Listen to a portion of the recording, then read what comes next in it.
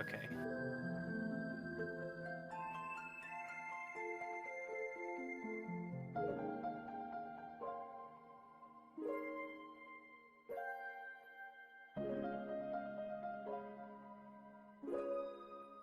Okay, sorry, I apologize for all of that, but I am kind of setting up on my own, doubling up as a lot of things at the moment. The race has started.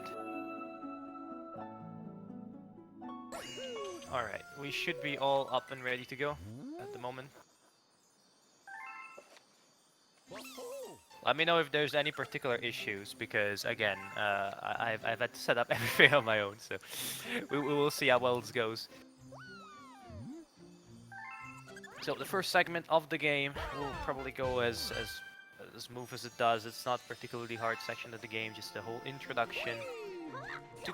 It is to note that Keegan is on the Chinese version, whereas Odmi is in the Japanese version. There's a minor difference in text speed. We're not even sure which one is actually faster at the moment. All we know is the Chinese is faster in some levels, but not all of them. So it's mostly important for individual levels at this stage. Overall, throughout the course of the run, it should even out a bit.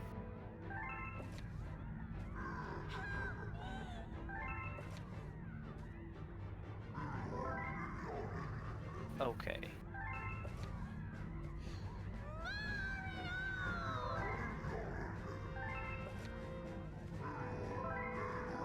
Now, we are slightly off sync, which I will try to correct as soon as I can.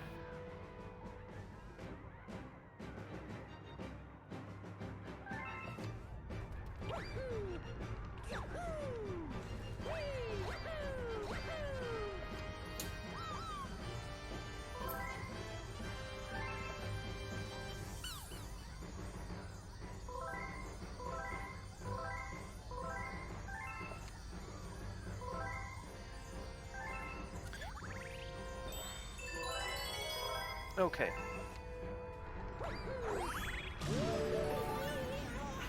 So, as I was mentioning, Almi is probably the favorite for the victory of the match.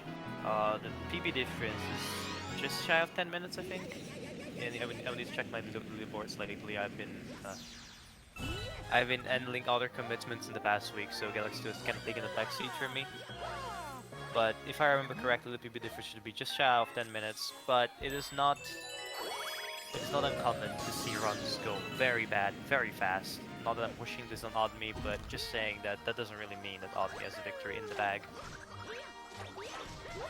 This game has been not very kind sometimes to runners. It's a very, very hard game and very punishing. So if something doesn't go well on a day, it can be really a pain to run this game, honestly, in the wrong day. But we'll see. Keegan's in a bit of trouble with the elevator skip there. Nothing too serious.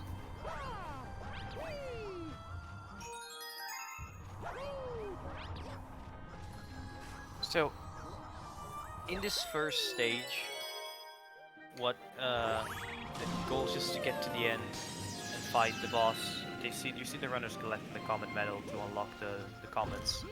In this stage and in other stages, it will be a fundamental part of the game later on, and missing even one comet medal can cause you to lose huge amounts of time because comet spawns in the route are planned, assuming you have all the comet medals.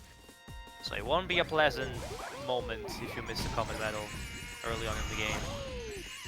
Because obviously it's gonna be slow. You cannot afford to go back in the level and finish the level again just to get the comet medal. It's just not a possibility.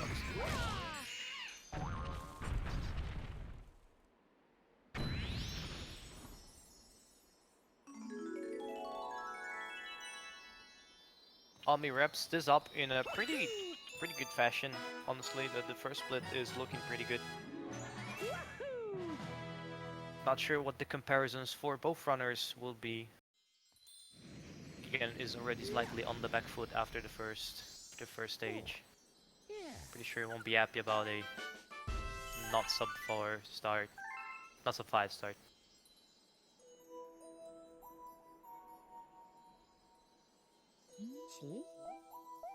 Alright, I will try to keep an eye on the chat as well. Yes, the PB difference is about 10 to 12 minutes.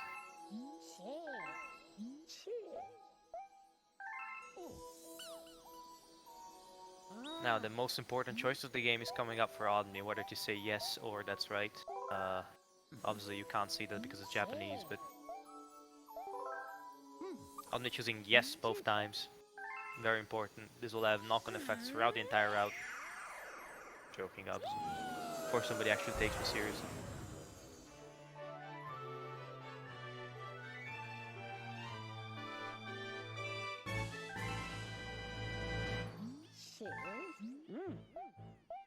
I didn't see what Keegan picked. Honestly, that's my bad. I should have paid more attention to to the interesting dialogue options at the start. Now there is the question about which route is Odme using compared to Keegan. Routes in this game are very slightly different. Not sure which route Odme is using. We will see when we get to about 1 hour in the game. That's gonna be the mark point for route divergence if that's the case. Differences between the last routes are very minor. It's just level order and when you do the backtracking. But that can be obviously pretty big, at least in the mid game. It would be very hard if they use different routes to determine who is ahead or not, unless either of the players enters with a very big advantage into the route diversion.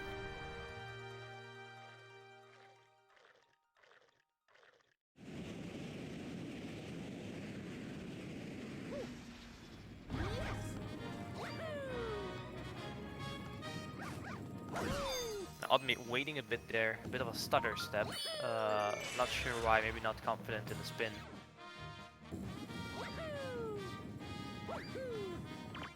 Odme is about a 15-second advantage at this point, 10 to 15-second advantage. This is, I have to say, Odme isn't necessarily known for his stellar early game. He's more of a consistency-based player, and he has tons of experience with the game. Like, doesn't necessarily go for the hardest strats because of his main interest is 100% for this game and 6-2 race. And that race, the thing that's most important is having consistent strat, and there it is, like a commentator's curse, I guess.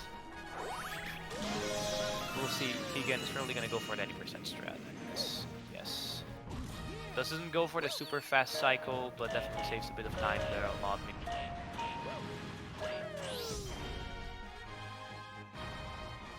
So as I was saying, Odme strats aren't necessarily particularly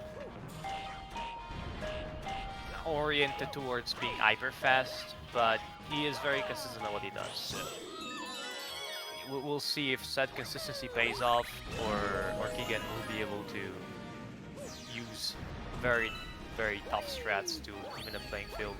Obviously, it could be a bit of a gamble. Odme there tries to outpace the Vanza build and makes it.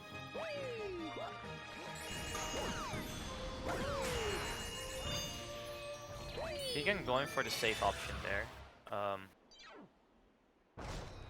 It is to say that going for harder strats obviously is a bit of a double-edged sword in this tournament. This game is very long, and sometimes you don't need the extra 5 seconds that a strat particularly gives you if you're not very consistent at it. So different approaches have been used by the tournament, ranging from everything from classic Odme, or me I guess when I play, very safe, just do what you know you can do and try to get the most consistent run possible.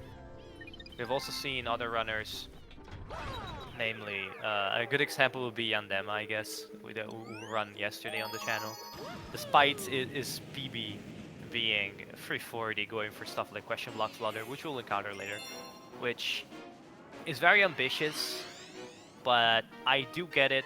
If you're in a match with somebody faster than you, you kind of have to go for the things that are not very consistent, so that if you get it, you are outperforming yourself in a way. having a bit more of a mentality that's similar to what you would do in regular runs of any percent, where you can reset. I mean, obviously you cannot reset, and if the run goes bad, it goes really bad. But if it goes good, it goes really good, and then you might have a chance to win. We'll see if Keegan adopts his approach. Actually, we're coming close to the first major strat that can be chosen, that can be ignored, I guess, in the name of consistency. I think Admi is going to do the flutter. No, it isn't. He is not. He is not. Okay. So here's an example, I guess, of what I was saying. We'll see what if Keegan decides to go for the flutter. You still have to go there to get the common medal, so it's a bit of a gamble. Keegan decides to go for the flutter here. Okay, we'll see. That should be able to even the playing field between the two if Keegan is able to land the flutter. I'm not sure if that's gonna work. It might though. Keegan is losing the time advantage from the flutter at this point, and I think that's lost. Which is the danger of these strategies. He's still trying to get... Okay, he was able to save it. That was very, very close, but I think he lost more time than he gained doing flutter as a consequence. Nevertheless, still a better outcome than dying and going back to the start of the level, which isn't ideal, as you can imagine.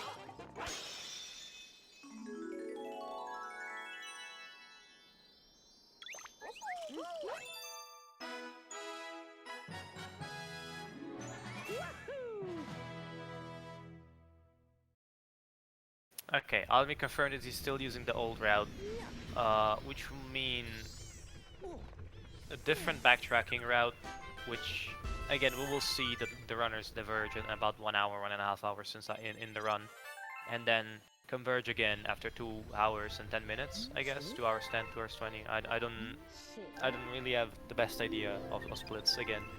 I'm not an 80% specialist, unfortunately. Now, we will see Admi adding again into Yoshi Star 2.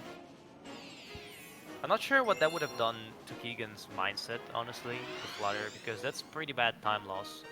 It's not a very fast flutter. But on the other hand, he was able to save it, which...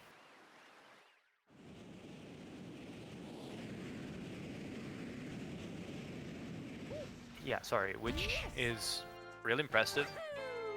I was expecting him to die at that point, but he was able to save it, so that's pretty cool.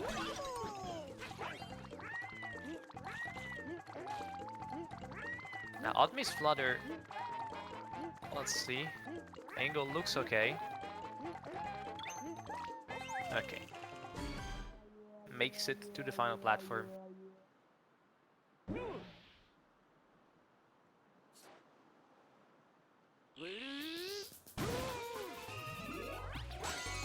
Now, I know some runners have like... Oh, Keegan dies.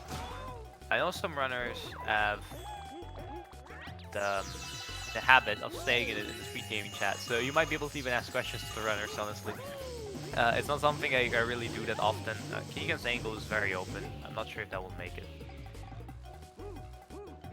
Yeah, I mean, it will make it. Mario will make it. Yoshi won't, unfortunately.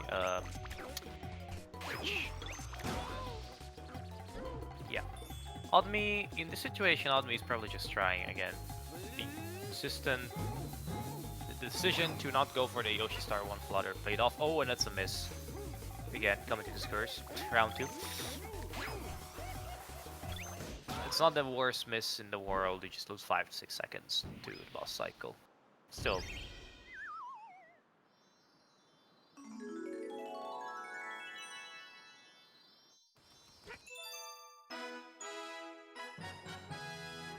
Keegan is still in the middle of the boss fight at the moment, though, so Keegan is already starting to accumulate some delta time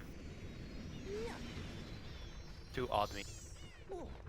It's not the ideal start. Again, Admi is not even a very early game centric player. It's just that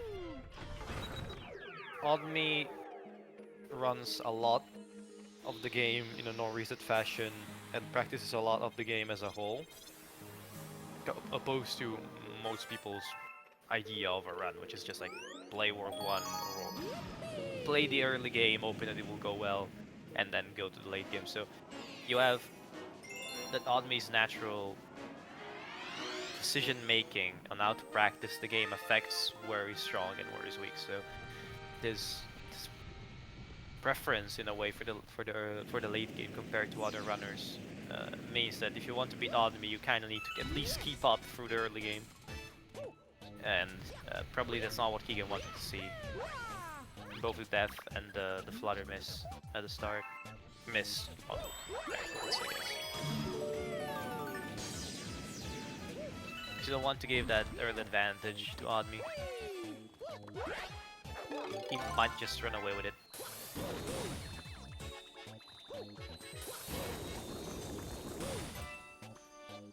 Here, going for the common medal, the first big detour to get the common medal. It's obviously it will pay off when it comes to time later on, because doing some comets, in particular the comets that are unlocked by common medal number 31 and 32, which are Gravity Gauntlet and Beat Block, are really fast starts. Therefore, even if you have to take 10 seconds of time loss to get a common medal, it's worth it in the end, because instead of doing a 1.5 minutes long star, you just do a 30-second, boom, you're done.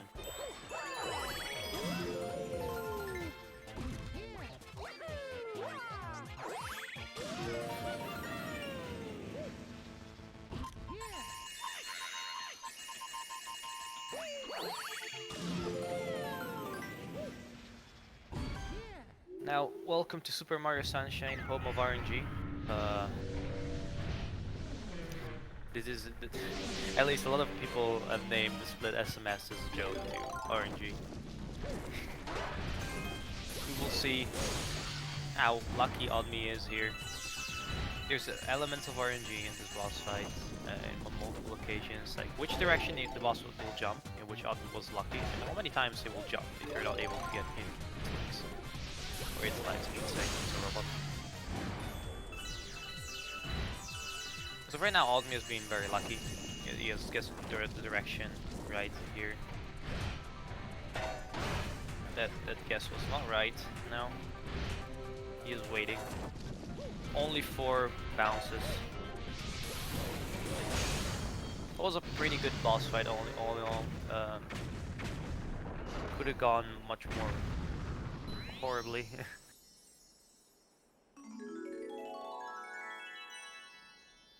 Keegan is still on hit number 2. Was not particularly lucky with the first hit. You will see. You don't want to kill the enemies that Digaleg spits out, because if you don't kill them, Digaleg will only spawn like up to 2 enemies, which means if there's 2 already alive, it won't spawn the enemies.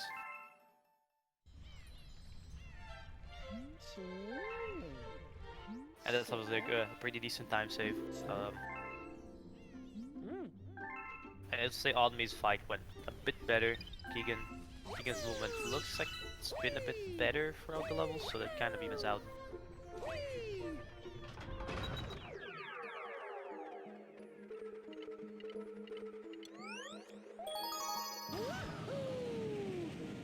Again, we will see this conundrum of how much consistency matters throughout the tournament, at least versus, I would say, brute strength, but it's more like brute speed in this in this situation.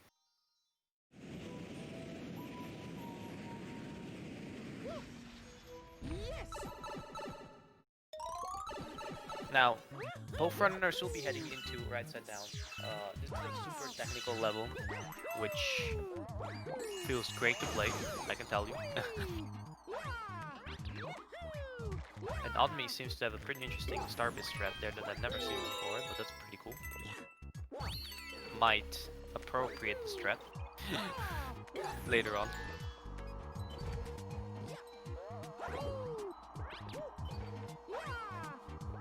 Oddme still going through the motions. Keegan is about to enter the stage.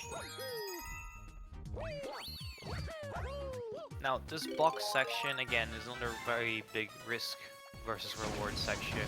You can do some box skips. Oddme goes for the first. Nail's pretty easy. Oh, errant backflip there, unfortunately. He's gonna miss the second box skip. First try, gets the second hit.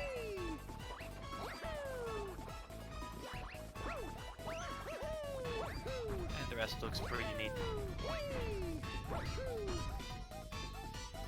Now, one can have trouble in this final section, but it's normally not something that happens to high-level runners, so... Keegan with a good momentum carrying jump. That was pretty cool. Neat little thing. Keegan goes for all the box.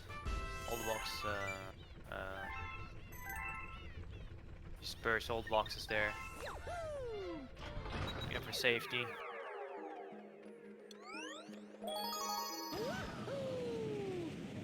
Now, Oddme is re-entering this stage, in particular, to obtain the secret star, which is really fast. Not sure why Keegan prefers not to be with the fire flower at the end. Maybe that's due to his preference in terms of angle.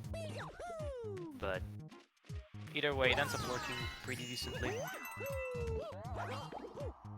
Oddme ults the direction or doesn't press A perfectly, unfortunately. No swag jump.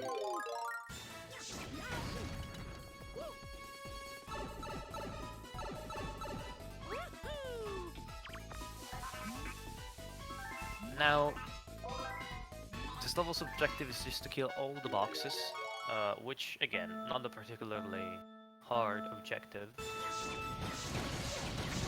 But it can be hard to do optimally. You see Oddme here, getting a bit memed, I think. Probably not super happy about this. I can tell you're probably not super happy at all. 7 is not a particularly good time there. Keegan is entering now, so that will leave some... Oddme still has definitely a lot of room for error at the moment. We'll see how Keegan's box breaking minigame goes.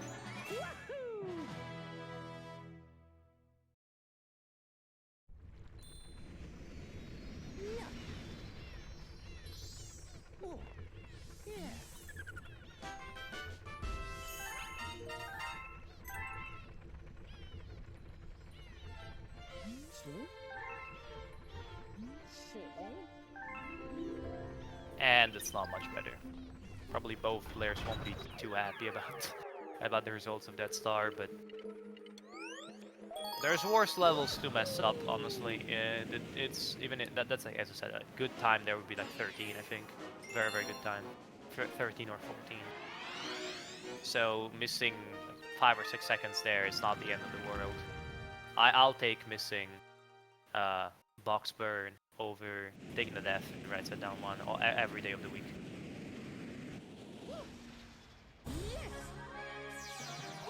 Oddme is heading now towards Fluffy Bluff 1.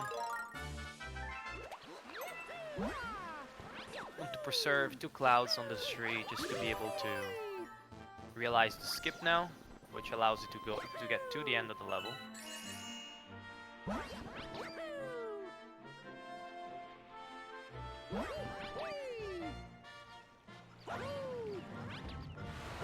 Oddme is able to make it as Keegan enters the level. Now, this final section is very technical, I guess, but it all amounts to a series of precise cloud boosts,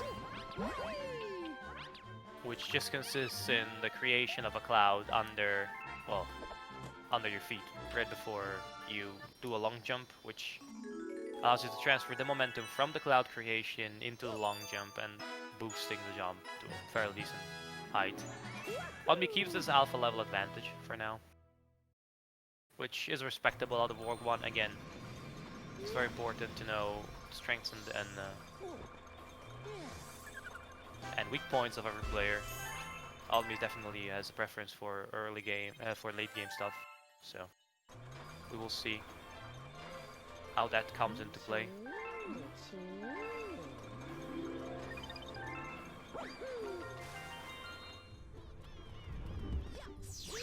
Now this is the first example of a power-up being collected aboard the ship. Whenever that happens, you have this mini cutscene that teleports you inside the reactor core, I guess. But we will try to take as many steps as possible later on in the route to avoid that said cutscene, or to superimpose said cutscene with another cutscene that teleports you out again, because that's slow. Now, we're entering the stage for the Secret Star. It's kind of a recurring theme, I guess, in World 1. This is re-entering the stage. As you require 100 coins in this particular section, which are available in this room. Missing one of these particular circles before the third can be pretty bad, because it means that you're gonna, well, not gonna have enough coins, and you're gonna have to kill yourself in the game, obviously. Before anybody takes me seriously again.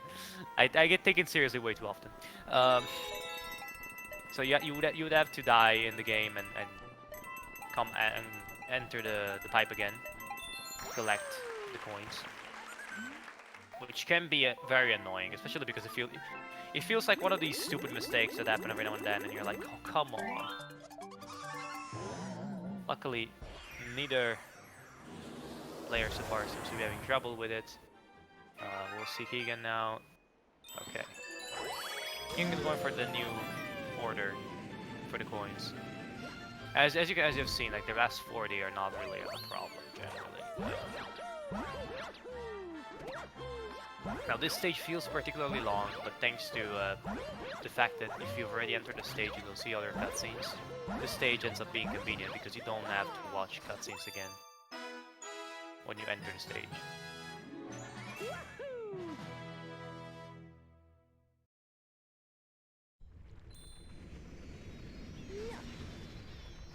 He's now feeding the Angreluma. Odmi will be heading now towards the final stage of the first world, which is Bowser Jr.'s Fire Flotilla, with the most beloved boss of all of the entire game, obviously. For people who cannot detect sarcasm, Gobblegut is the worst boss of the game for most people. It's really annoying to face. You'll see what I mean. If any of the runner misses, I hope neither of the runners miss their strats, but you'll see what I mean if that happens.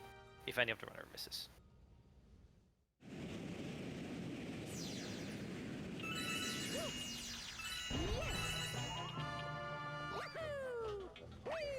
I'll admit they're saving himself for an error I always make. Going for the fast cycle, but gets memed by the game. That was quite a bit there. The collision in that section of the game is not the best, and that looked like a nunchuck disconnect message, for good measure.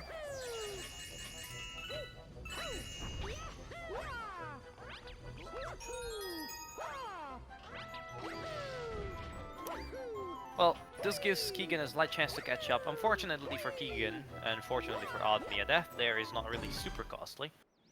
But it can be quite annoying. It's more, I guess it's the worst loss that you have when you die there. It's not necessarily to your time, it's more to your soul. You're like, oh, come on, really. It's like the game is rejecting you. Just I don't want you to play today. Memes aside, it can feel pretty stupid. But we'll see how Odmi is able to answer.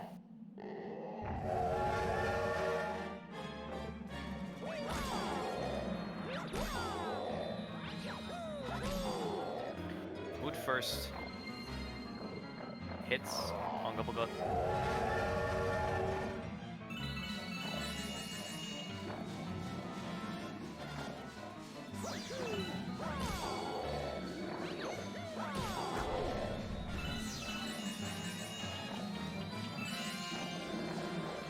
Second section obviously is always a bit of a pain of the boss fight.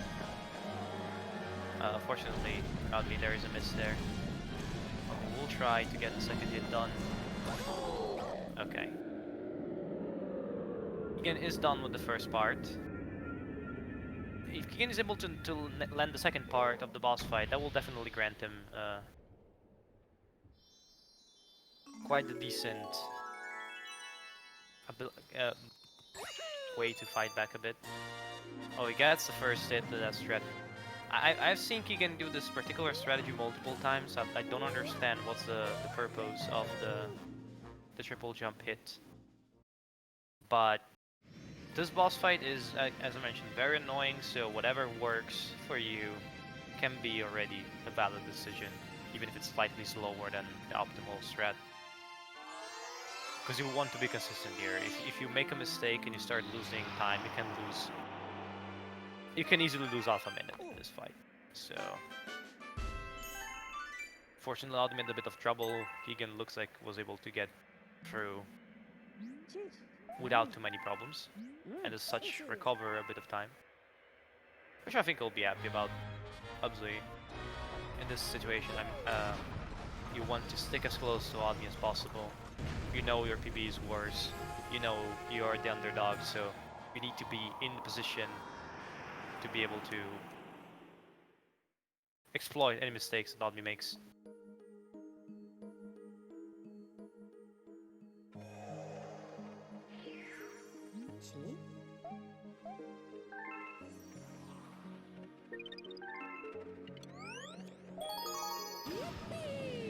I see, Keegan. Yeah, as I mentioned, it's a valid option because of how frustrating and bad it is to lose using the normal strat. You can easily lose a lot more time than what you would save. Now, after getting 10 stars, we are heading into Puzzle Plank now. Keegan is still relatively hot on Odd Museums. We will see how this develops in World 2. Puzzle Plank, Galaxy that puts movement at a premium, so being confident and knowing when your long jumps will land is very important in this stage.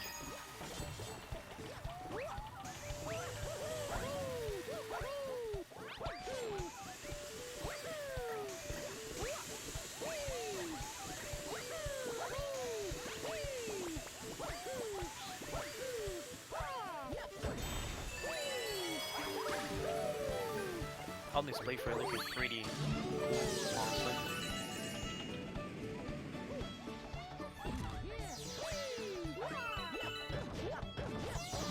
Keegan has to result for double jump here. Nice backflip on Admi's side. Gets a double hit at the very end. Oh, Keegan gets hit by the saw there. Now Admi going against the hardest boss in the game.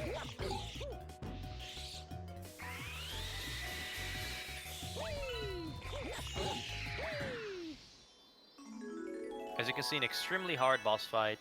Very, very convoluted and very long. Admi takes the win, luckily for him.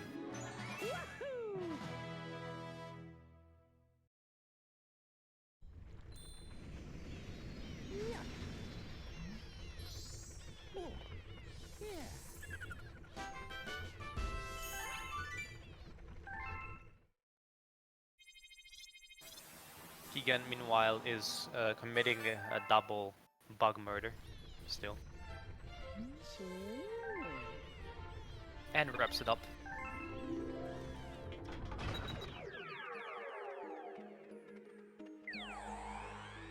Now, Laba will talk too much, as always.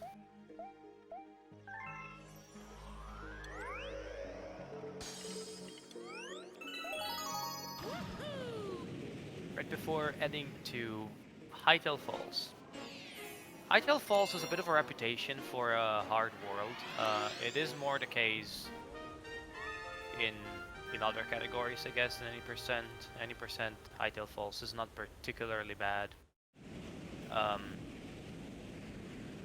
It could be worse, let's just say that. You only have to do a hard strategy on the second visit, i.e. being the Comet. because in the particular in the first visit, you have to get the common medal. Oh, that's pretty cool. That's interesting. Uh,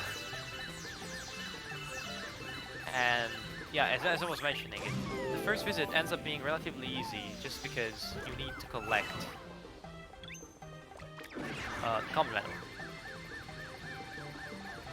And this ends up determining, Oddme uses the safe strategy.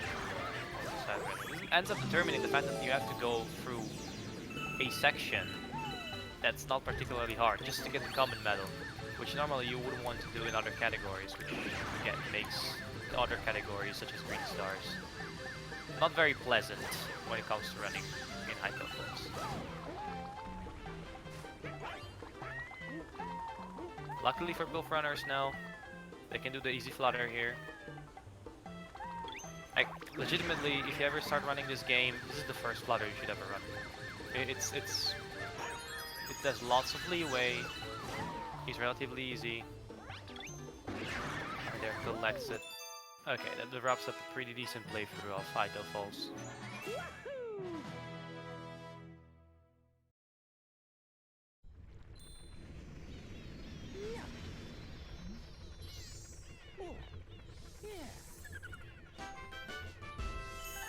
Keegan going for JDA flutter, which uses the momentum of the pepper to be able to carry on fluttering in an unconventional angle. It's slightly faster. I can see Keegan using a lot of small optimizations here, but Oddme is firing off with some unorthodox optimizations of his own, which is really cool to see again. Highlights this game can be played in a lot of different ways and with a lot of different small strategies, and it's really cool to see them all come together in the tournament.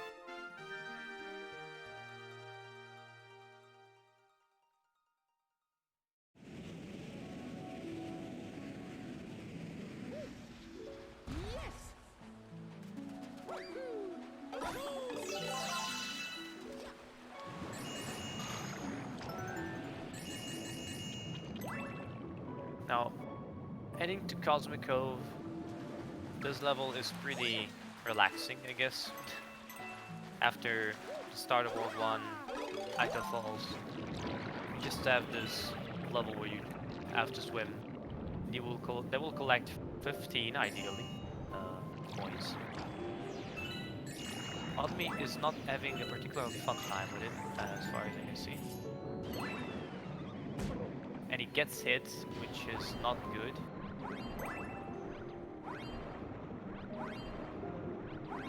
Fortunately, could have gone for the backup coin, but wanted to risk it there, which kind of backfired, in my opinion. He's able to recollect another coin, but there will be another small window of opportunity for Keegan to catch up. We'll see if Keegan will be able to do so.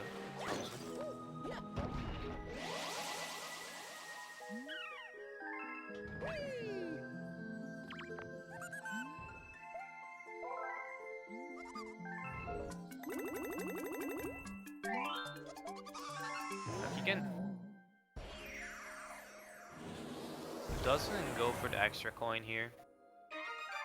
He has the same amount of coins as Oddme, but obviously has the advantage of being able to use the shell here as well.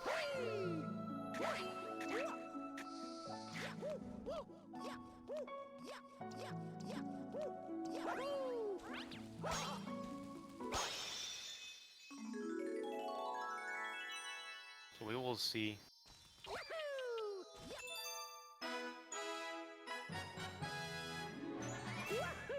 They are feeding the Hungry Luma, but not entering now, as it will be the next star that will be visited. It's easier to just collect the coins in the first visit, and then subsequently enter the launch star in the second visit instead of doing the other way around, because you can use the shell to dive into the launch star instead of having to feed the launch star and then wait for the spawn.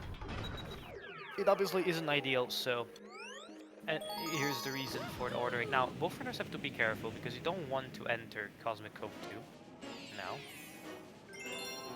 Oddme doesn't make the mistake. And that particular mistake can be pretty annoying because Cosmic Cove 2 is about as slow as... Well, there's a lot of things that could be about slow, but it's very slow. Point being, it's very slow. So, it's still convenient to quit the level and re-enter Cosmic Cove 1 to do the secret. But obviously you don't want to do that. It's kind of... It feels like a very dumb way to burn time away. So it can be pretty frustrating if that happens.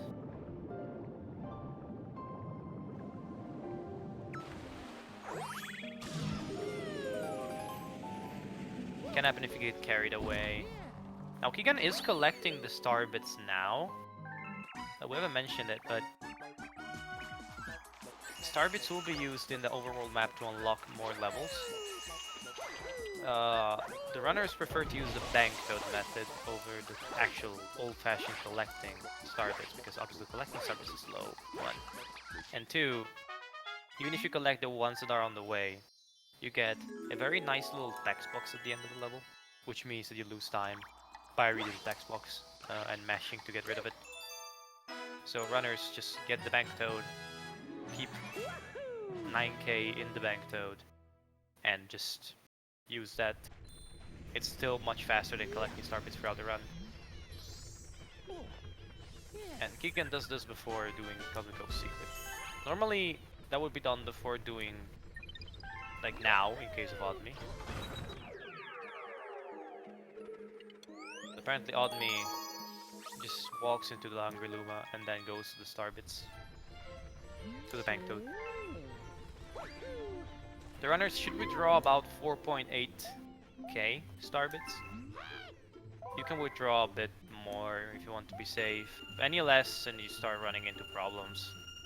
We see Oddme has already done a run, hence why his Starbit Bank Toad wasn't full.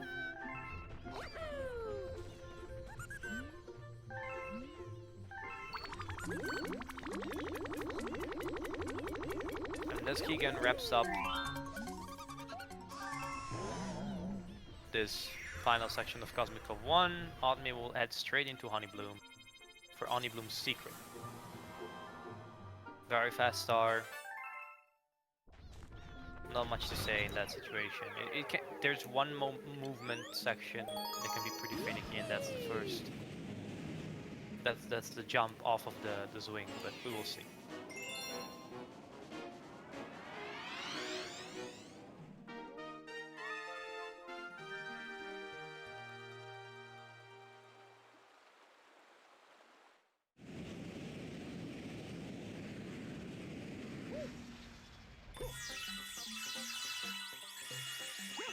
Keegan now can go directly to the Angreluma, so it doesn't have to feed anything now. It doesn't have to withdraw anything, so it still has to feed him.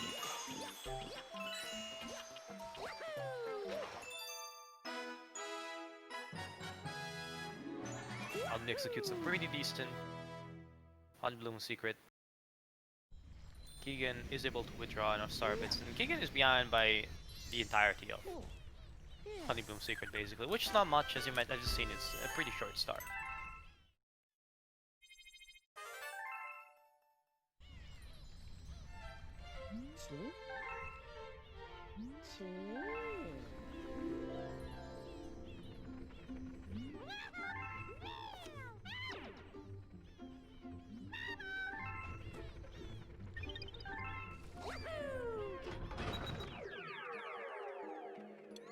Okay, now the true challenge of this stage, Oddme will enter Honeybloom 1. Keegan will look like he's ahead by a tiny bit for now.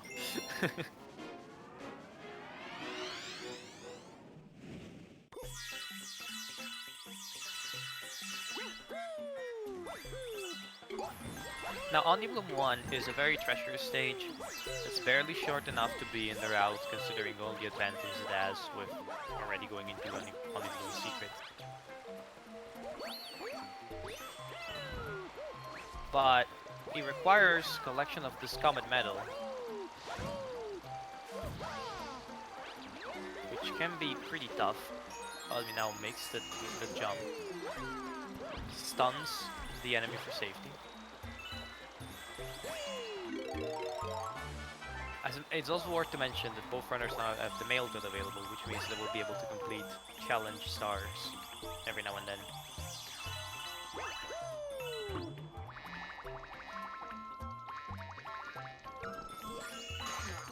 We're going pretty strong so far.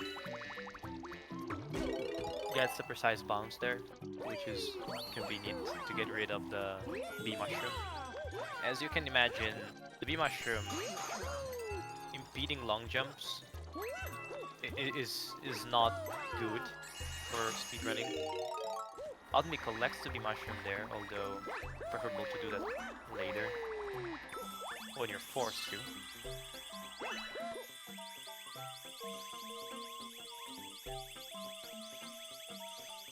Keegan gets hit by, in this particular occasion, the first to wait for the enemies even though he has the star bits, and gets hit unfortunately. Odmi gets hit again. Will now go without the bee mushroom for a bit. Decides to back it up immediately.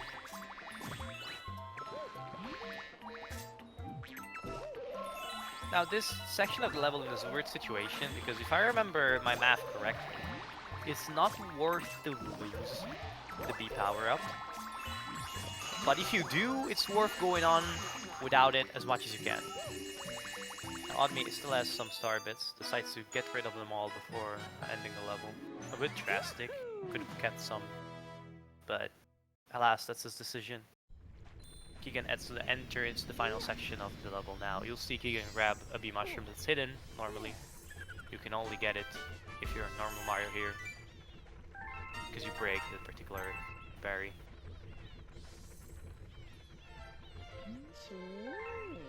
Keegan makes it very, very closely. The runners are very evenly matched so far. So that's looking pretty good for Keegan, I have to say, considering that this PB is a fair chunk of time behind Odmi's. This is looking pretty good.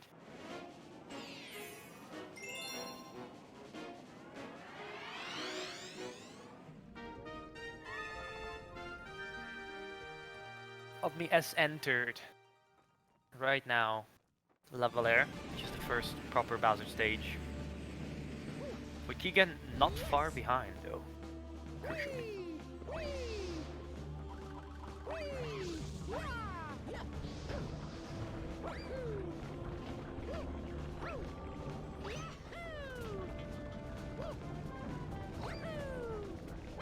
I'll be now collecting this 6-up. Life Mushroom will be used to perform some lava boosts now. It is beneficial to carry it as long as possible until the final lava boost.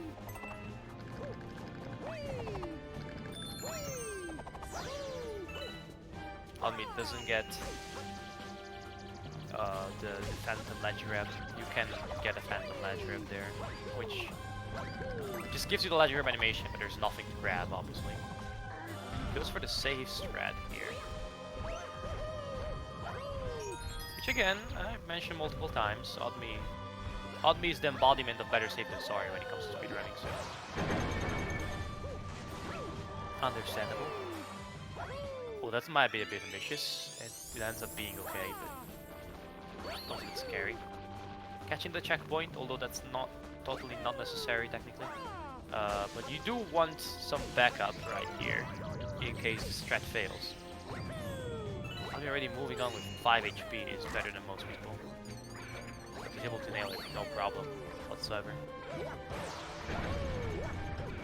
Keegan, no, that was a bit too early for the spin, and that means he'll lose the life mushroom, which can be a pain here. You don't see it, but now that means he cannot regenerate his life with that particular coin, or use anything here. Oh, he gets a bit trolled by the swamp as well. Unfortunately, the only way to retrieve another life mushroom is to go around the section that's needed for that particular long jump, which means Keegan will need to go through with a orange shot. Oh, is he going to do that with free HP? Okay, he goes for the backup strat. That's very dangerous. Will he try the statue movement? He will. I was mentioning, we could see Keegan going for everything he can in order to keep up with Oddme, and so far that seems to be the case. I would not have risked that in a run. In a race, sorry. In a run, yes. In a race, no.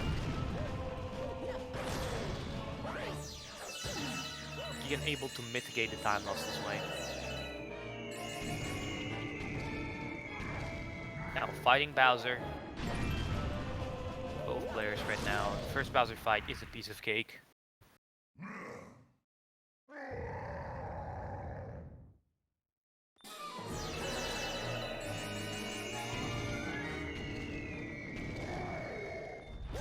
Entering the second phase, just fire. Honestly, the first Bowser fight, it's just really easy. If you're, I mean, obviously I'm talking with the perspective of a speedrunner, but it's just, there's nothing that can go wrong unless you really pull it up.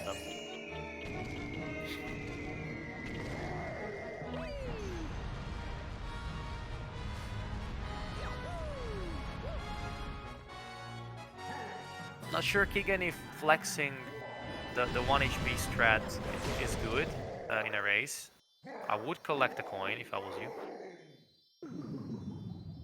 He does, which is cool. You don't want to die during a Bowser fight because A, it's kind of unnecessary time loss. B, it's a lot of unnecessary time loss.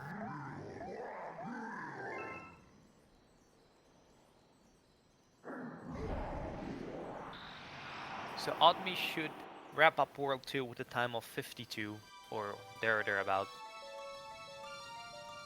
Like barely sub 52 maybe. We'll see.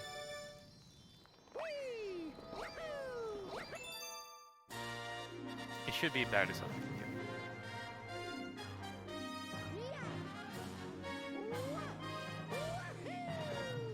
52. We'll see what Keegan's time will be at the end of it. If I had to guess, it would be about a 53.1x. So that means that Keegan is about 1 minute behind. That is if he doesn't make any mistakes.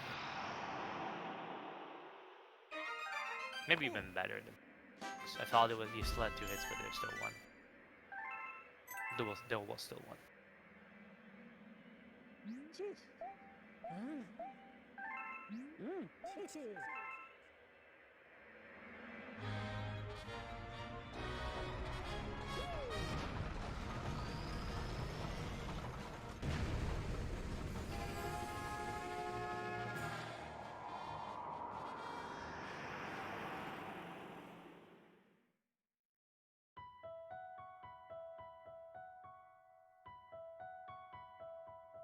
Keegan is behind by almost exactly a minute.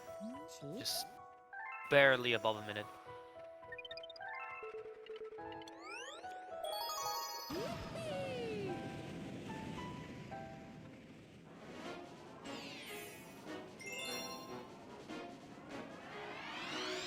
Now Oddme heading towards Cloudy Court. Cloudy Court is one of the worst levels in the game when it comes to being a pain when it needs not to.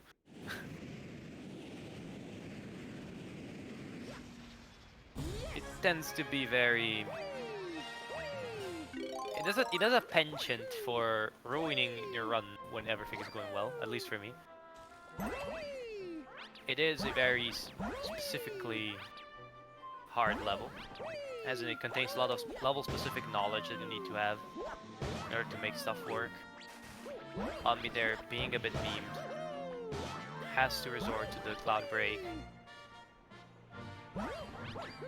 And it appears that what applies to me also kind of applies to Oddme here.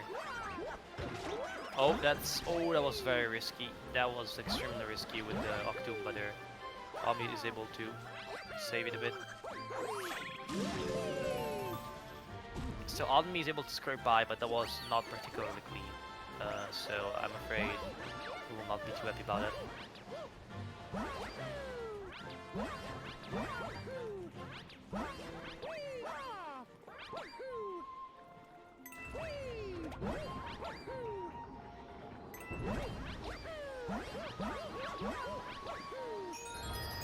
On me here, I'm not sure. Yes. Oh, he will go through for the cycle skip. He's able to get it.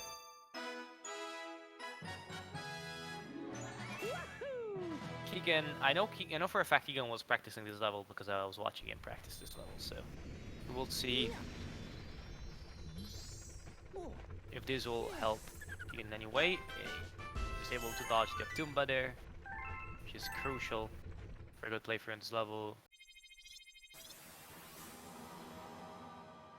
You can get sniped with that Octumba and die a horrible death, falling off all the way to the death plane and going to the start of the level. And all in the meantime cursing all of your ancestors and every single possible entity you can curse normally.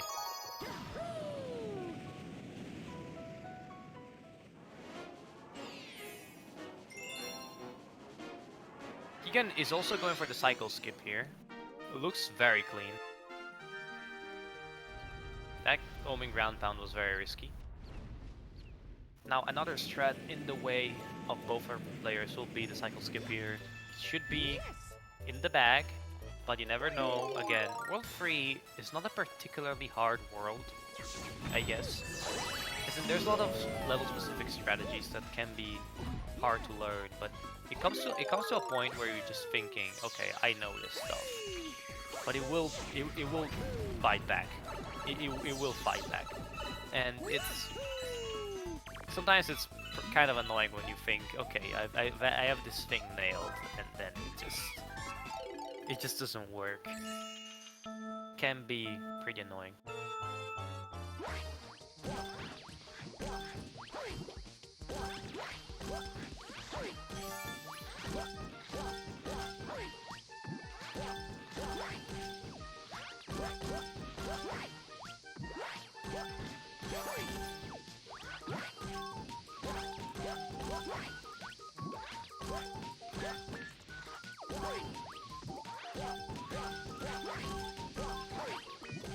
On me, in the chimp minigame right now, the first chimp minigame is but an exercise in practicing the stage. Simply. Honestly, there's not much to say about the stage. 500 points is a very easy target, even if you make multiple mistakes.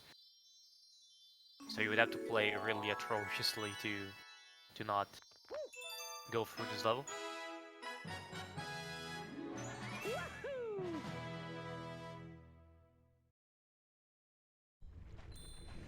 We'll see Keegan go through the motions as well here. As Admi will tackle the early Fire Flower cycle in Freezy Flake 1,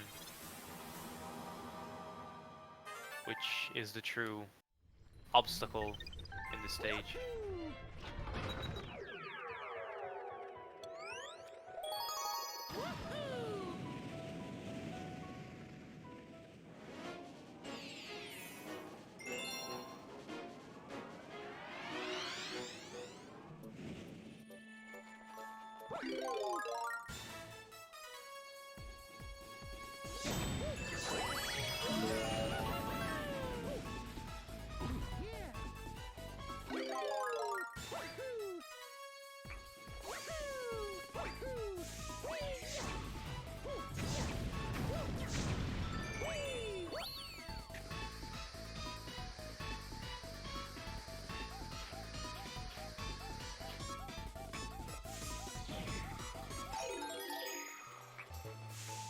Admi is able to get the common medal here.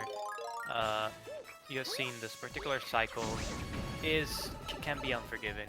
Now, Keegan has to get the cycle if he doesn't want to lose about 25 seconds, I think, is the time loss if you miss a cycle. Which again, it's not the worst thing in the world, but you don't really want that. Obviously, if you can avoid carrying 25 seconds with you, you will.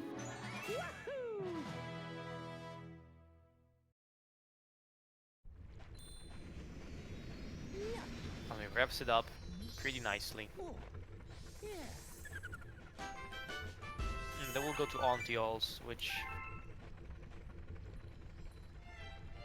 a stage that includes a Yoshi Flutter at the very end, and some pretty tricky platforming early on.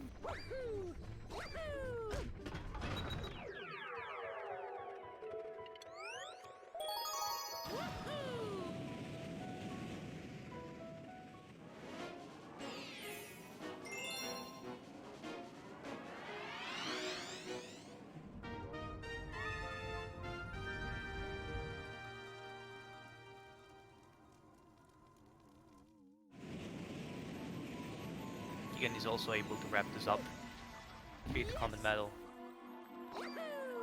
which will allow him to stick close to Oddme. Although if I were to, I think Oddme is slightly gaining time in the situation.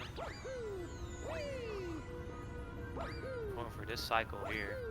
Will Oddme be able to keep fast cycle? I don't think that's the case. Has to settle for his lower cycle here, which is unfortunate for him.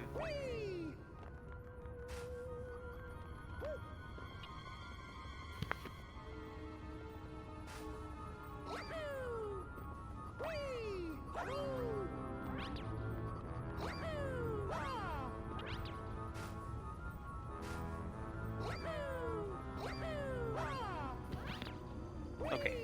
Oddme is getting the common medal right now. He's able to do so without any problems. We've seen it can be troublesome.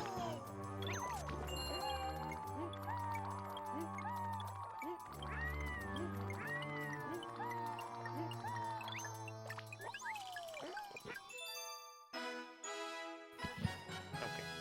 Final Flutter also looked good for Oddme. It's, again, as I mentioned, Warfree can be a pretty treacherous place when it comes to strats that don't look very hard on paper, but then, yeah.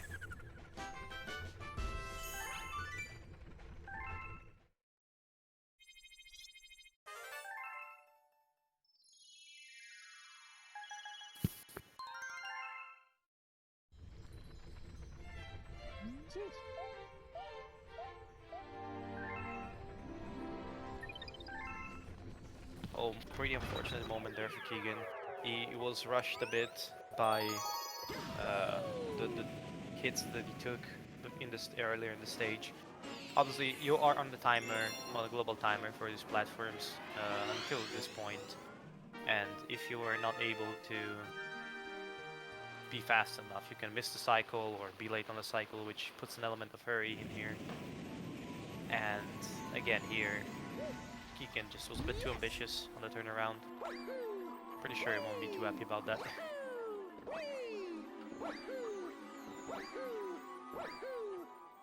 Now Oddme has entered on Tills 2 now.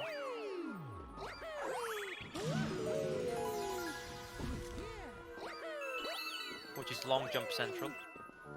We'll see if Keegan is able to nail this flutter.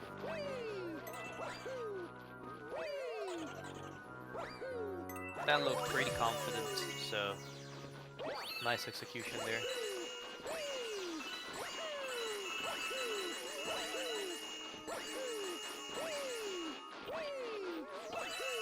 Keegan should be about almost 2 minutes behind now, however, due to that mistake.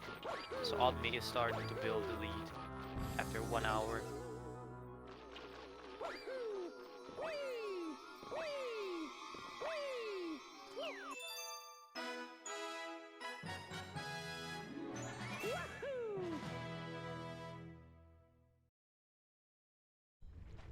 A lead that has extended to almost an entire level at this point, and that will make it harder for Keegan to be able to keep up.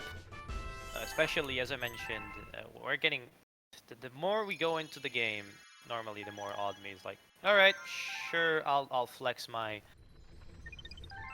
billions of runs, for lack of a better word. This man has invested a lot of time in these games, so it can be very convenient in a race environment where you have to be prepared for everything the game can throw at you. Pretty sure that can be very useful. Oddme will unlock Block Galaxy as Keegan is going through the long jumping simulator that is on Tills 2. Beat block, a galaxy that on the surface seems pretty tame, with a very simple gimmick, but it has a very dark side in Beat block Comet.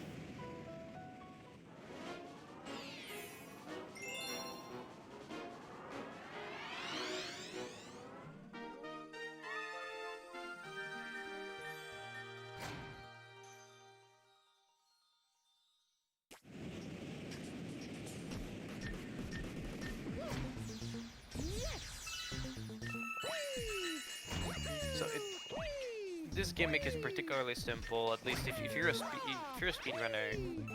Even as a casual player, this level wasn't really too hard. Especially because you have a lot of permanence here for these objects. 4 seconds, 5 seconds is still a pretty decent duration for you, for the blocks. So it shouldn't be too bad. However, in the Comet, the speed of the block change is increased by 4, which makes it a nightmare for casual players, and even speedrunners with a lot of experience can struggle in the level if their rhythm is interrupted or altered in any way.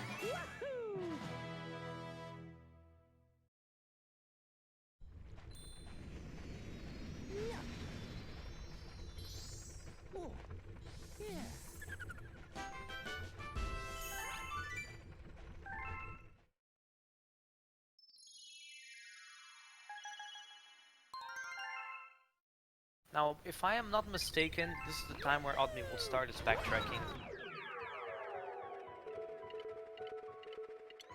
No, there still is Tall Trunk in the old route before the backtracking, I think. Keegan will probably start the backtracking right after this, so we will have a small divergence in terms of route. And we've got to remember that Keegan is a 1 level deficit to Odmi by this point.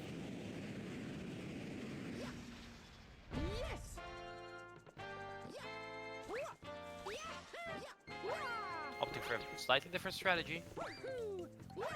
Here, back walk, very safe option. He'll take it over. Oh, Keegan is going relatively safe here. Doesn't seem like he's going particularly safe, but he's taking a lot of effort not to go for hazardous jump, probably because his rhythm has been messed up so far. Oh, and that's why you don't want to do that. I think he has gotten the checkpoint though, so that should be fine. But Keegan probably not too enthusiastic about this.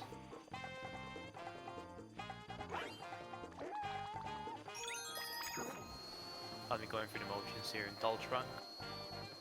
Galaxy that's visited mostly because of its Comet Metal, let's be honest. It's not particularly fast or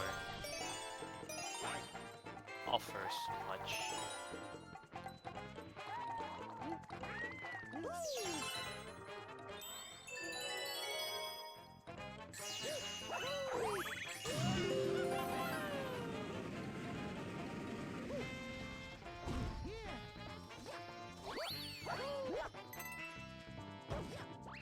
Uses the second instance of Yoshi power-ups. Already seen the Dash Pepper, which allows Yoshi to run very fast. The Blim Fruit just allows Yoshi to float by just using a lot of air. Again, not especially useful besides the areas where you actually to progress, like this one. Because normally you would want to skip it if possible. Now Keegan is going to flip out. No, flip swap. Flip out is at the very end of the game in AutoCAD. Going to flip swap now, which Odmi will do in a bit. I don't remember if in the old route, this stage in particular was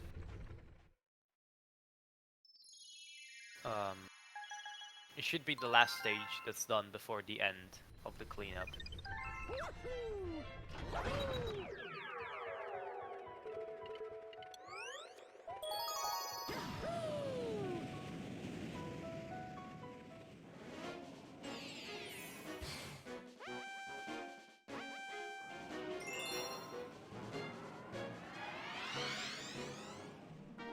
So Oddme is now doing Cloudy Court, Comet, and then we'll add to World 1. Keegan is already in World 1 but hasn't done Tall Trunk yet.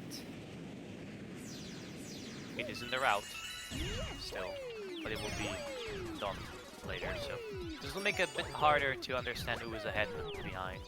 I will do my best to try to keep track of the time losses and time saves of the runners, but that is obviously something I cannot guarantee. Cloudy Court Comet is pretty simple. Keegan is going for a stage that's much more interesting in my opinion, the flip swap with the affectionately called Yeetmobile.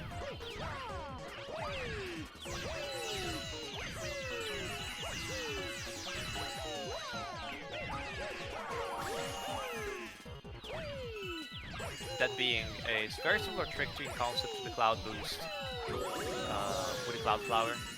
It's just instead of using the cloud, what it is used for the Yeetmobile is the momentum coming from the panel reversing in order to propel your long jump very, very far and high. Honestly, you also reach a fair amount of distance in the vertical axis that can be used in other situations where you need to collect, you know, some green stars.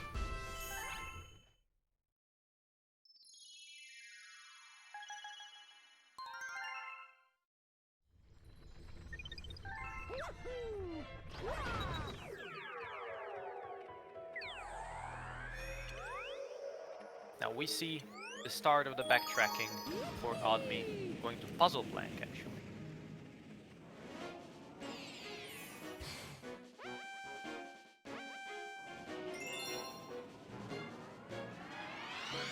So this is a very old route. I don't remember it particularly well, honestly. I know Puzzle Plank will be done by the newest route too, later on in the run. You will see this stage. Again, these stages, both Cloudy Court Comet and Puzzle Plank Comet, are the introductions to two mechanics, that being the Shadow Clones and the Purple Coins. So these comets have to be done before any comet containing one of these two mechanics can be accessed. Hence why the route contains them so early on, even though don't necessarily would have to, but having access to these particular comets can be very useful because some purple coin comets are convenient, and in particular this is fast, but the most important is the Cosmic Clone Chase comets that will be unlocked in Chompworks, for instance.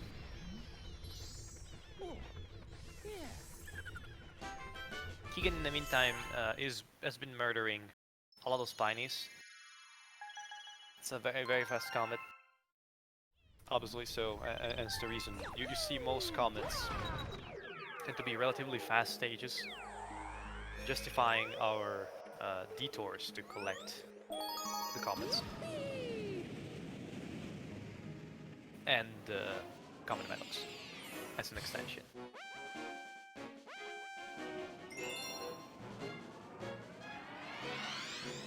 Now, ironically, both runners should be in the same stage very soon, despite their very different progression through the game so far. At least when it comes to the recent phases.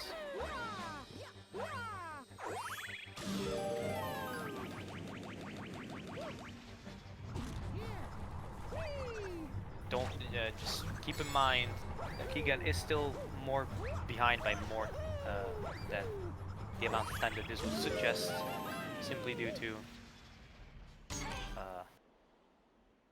the different route. That means that Oddme has done more levels in between these events. Now this stage is not much to say, honestly, besides you have to repeat the boss fight just with the timer on, and we're already on a timer all the time, so again, not that much change. You can collect extra clocks if need be throughout the stage. Most top level runners only require one extra clock, unless there's a mistake made in the fight. But it seems like it went pretty smoothly for both so far.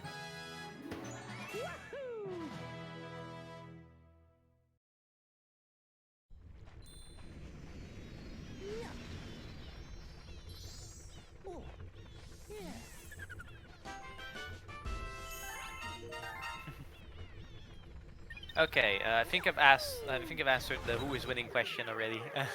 In case it's not needed, Oddme is ahead by about 2 minutes, despite the route being slightly different.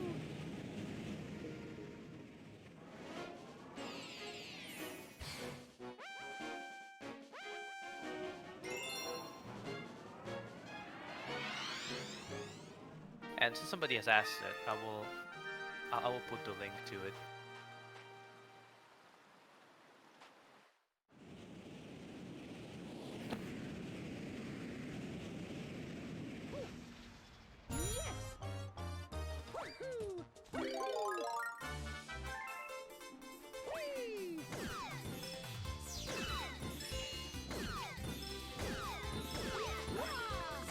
This should be the link. I'm not sure if I'm allowed to post it. This is the link. So somebody asked for the link of for the community Discord. There should be it. Now, we have a reversed situation where Oddme is going through Sky Station 1 and Keegan is going through Cold Trunk at the moment. You can see that in Tall Trunk, you technically would have to get Yoshi for the first section when you climb the tree. But it is actually convenient to not get Yoshi and climb the tree just using normal platforming techniques. It's simply because how slow the Bloom Fruit is at climbing. This game has amazing vertical movement. It's one of the best pluses of the game. So whenever a power-up exploits vertical movement, generally tends to be bad, and that's the case for, again, I already mentioned that the B power-up allows you to glide, but it's not particularly big advantage in the game. And same for the Blimp Fruit, same for the Spring power-up, which is Spring Power Down. If somebody calls, I'm guilty of it myself, calling it power up, but it's not really a power up. It's more like a joke.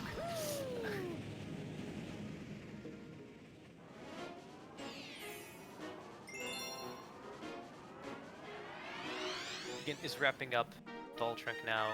Oddme is doing Flip Swap. After Flip Swap, I think that the old route goes directly to Fearsome Fleet, which is the second Bowser Jr. level and location of the third Grand Star. Whereas Keegan still has to do... Keegan still would have to do Cloudy Court Comet. Oh, Oddme being very ambitious there with a Yeetmobile. You can see Oddme doing a particular type of jump where you see Oddme long jumping, but you also see the platform switching. That's simply using a long jump to cancel the spin animation. Also, going for this section, just long jumping normally as well. That is another specific thing that Oddme does here. Different runners have different preferences for when they want to use the Yeetmobile. Now Keegan is going through Cloudy Court Comet. Oddme will add into Fearsome Fleet, but it's worth mentioning that Keegan will not have done Puzzle Plank Comet, which is not a particularly long stage, but nonetheless, that's the case.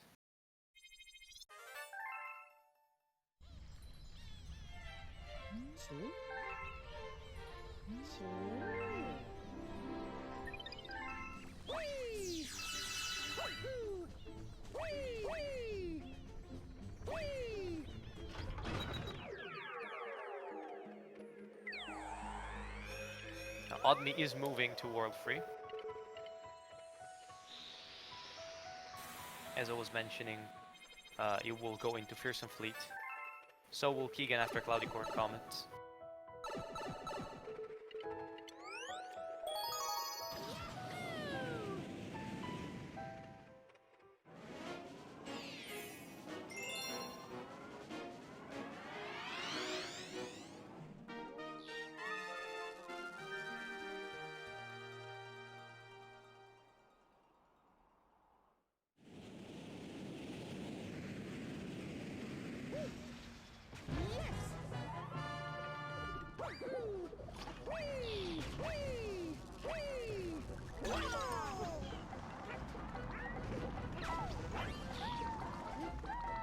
Okay, Odmi has started Fearsome Fleet. This stage is particularly flutter intensive.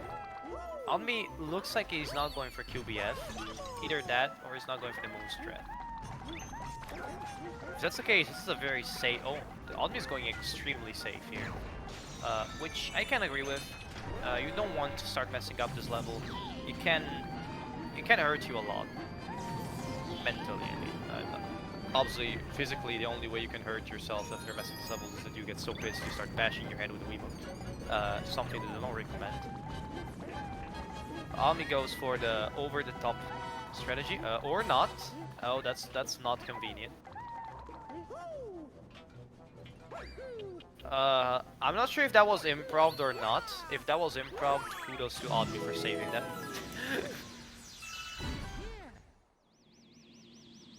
That was some good on-the-fly thinking.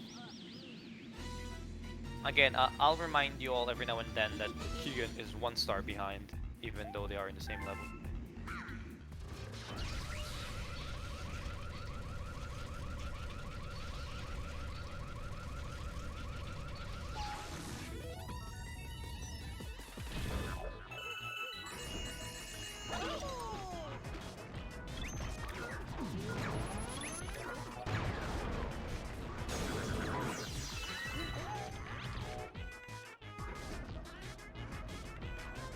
Odmi is facing Mega Hammer, which is a fairly traditional boss fight, not much to say. You just have to hit the oddly shaped power generators? I don't really know what Bowser Jr. was thinking. He's clearly is missing his mother. Honestly, you can see that in the design of the boss. At any rate, you have to hit 5 of these, and then start hitting the head. Actually, 6 of these. They're like 6 hits. You have to do 2 per each. Again, I'll keep them calling them power generators, for lack of a better word. Now, you can completely cheese this final fight by fluttering with Yoshi. This is something that can be done casually even. You don't need to be a speedrunner. Obviously, infinite fluttering helps, but...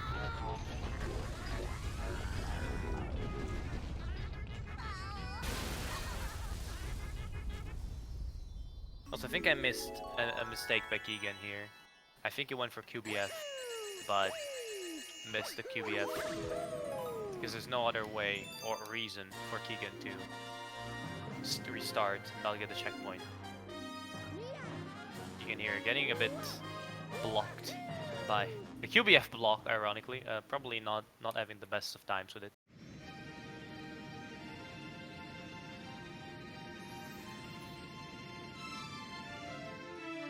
Keegan going for the same strat that Almi went for.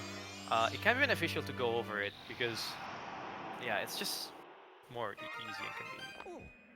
I'm pretty sure with this moment that Keegan had, it is gonna be more harder and harder.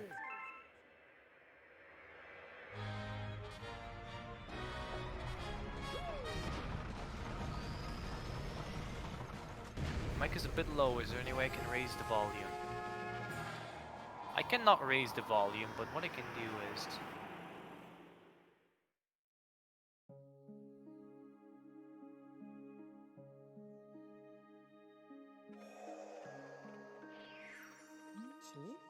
What I can do is this. Not sure if it will help, but it should.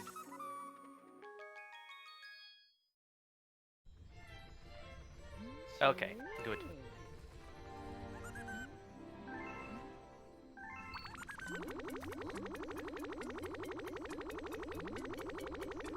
Now Odmi is feeding the third Angreluma of the run as Keegan is wrapping up the first phase of Mega Hammer. This third Angreluma unlocks the Sweet Mystery Galaxy, a pretty interesting place with a lot of Bulberry, a lot of Yoshi, a lot of Flutters, and a lot of pain if you fall off. That's the last is the most important to remember.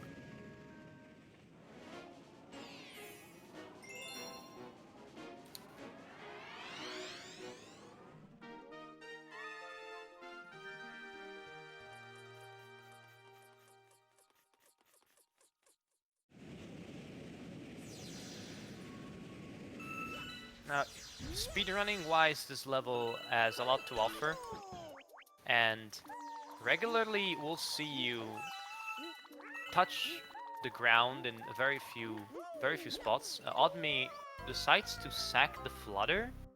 I am not sure what happened. Maybe it's a misinput. Maybe it's just an angle, the angle not being good. Don't think that warranted a complete death, but now you want to get the Bulberry here, because you want to land on these platforms and you need the Comet Medal. Again, we mentioned that many times, how getting Comet Medals is beneficial over the course of the run. Let me hear, restarts the Flutter. I can understand not trusting it. Here, I'm not sure if you will go for the skip or the direct Flutter into the star, which could be an option.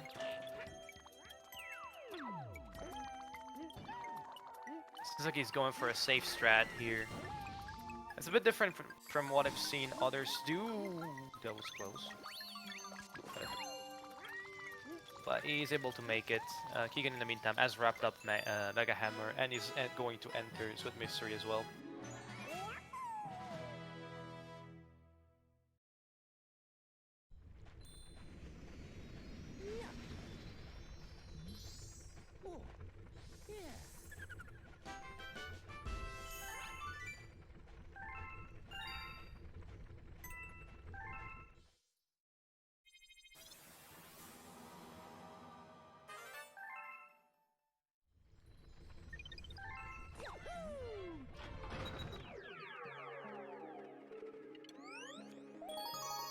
And the next galaxy that's going to be visited is Flipsville. Another very gimmicky galaxy, and another galaxy that gets completely destroyed by speedrunning strats.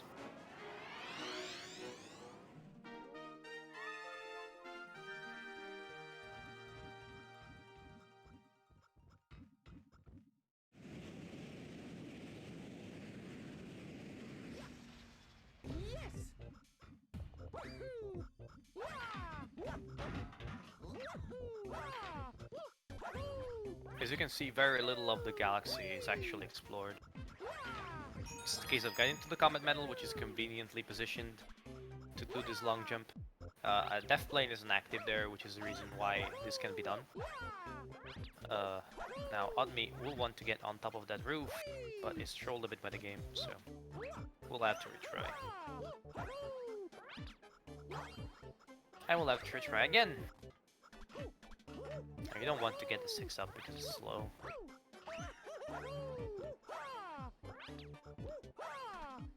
Odmi's having a bit of trouble getting on top of the roof right now.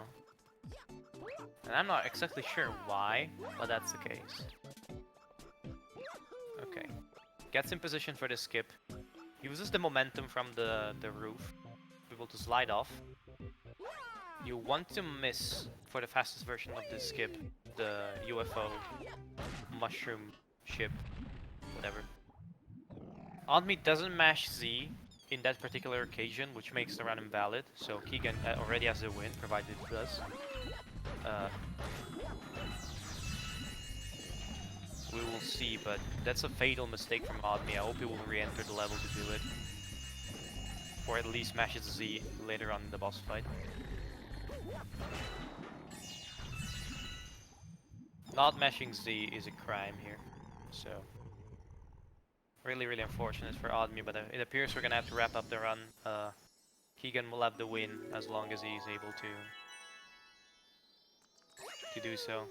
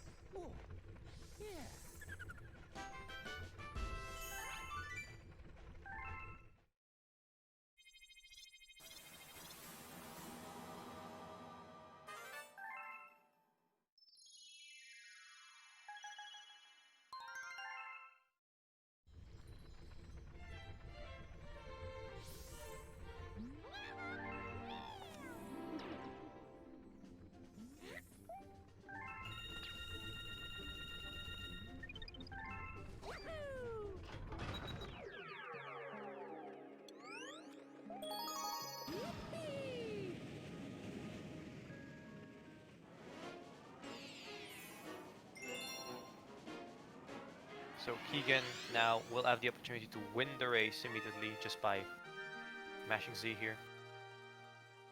He is mashing Z, so good. Keegan has already won. Alright, I'm gonna inform the runners that Keegan's victory, and we can wrap this up.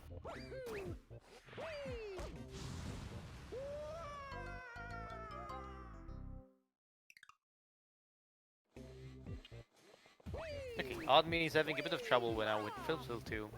Flipsville 2, it just substitutes the ground pound gravity reverse gimmick with the drill power-up, which again changes doesn't change much. You have to collect these specific silver stars. The routes will diverge again now, considering Keegan is already 1 star behind. The routes will diverge again, with Oddme going through the motions of World 4, whereas Keegan in a bit, you will just go to do some cleanup throughout the rest of the worlds.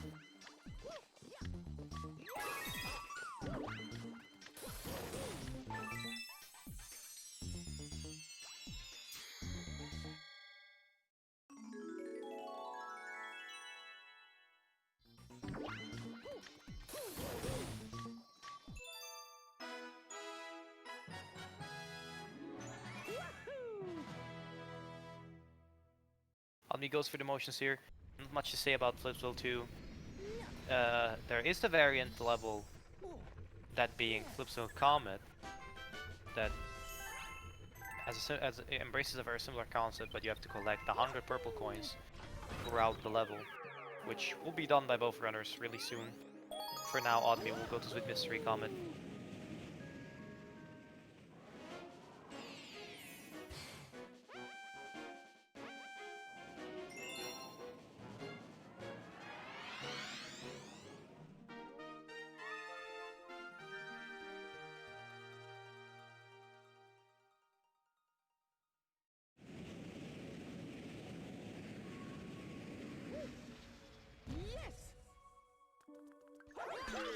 Keegan is, again, following in Oddme's footsteps. We will see a route divergence really soon. This level that Oddme is playing through, a very technical level, very easy to lose time if you're not paying attention. There is, as you can see, if you have Yoshi very close to the middle of the two rows of coins, you can get the rows at the same time, which can be very beneficial. You can also slightly wiggle, as you can see, to achieve that, but ideally you want to stay perfectly still because you don't lose speed in either direction.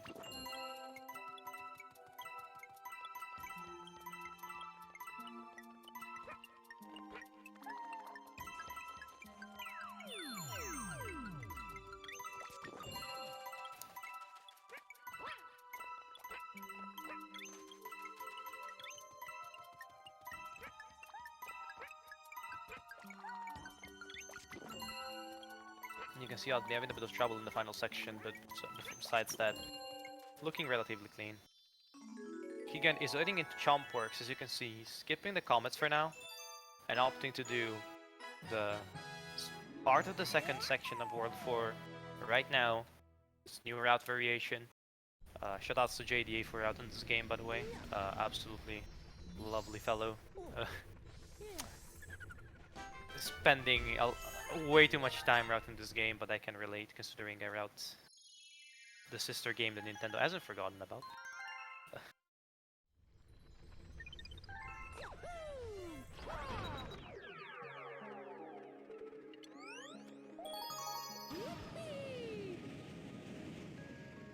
Keegan, we'll be going through Chompworks 1 now. On me we'll go through Flussel Comet, that being the purple coins collection mission.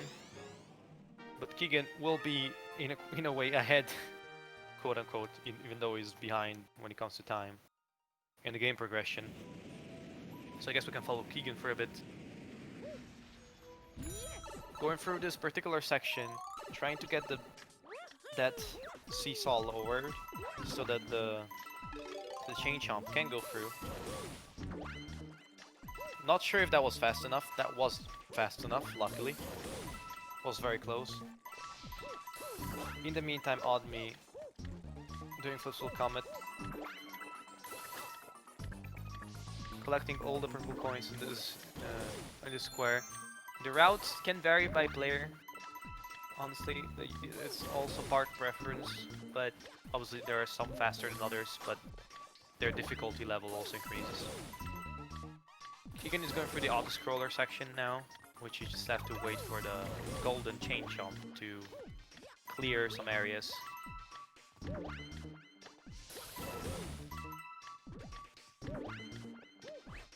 It doesn't push the cycle here. Here they could have probably.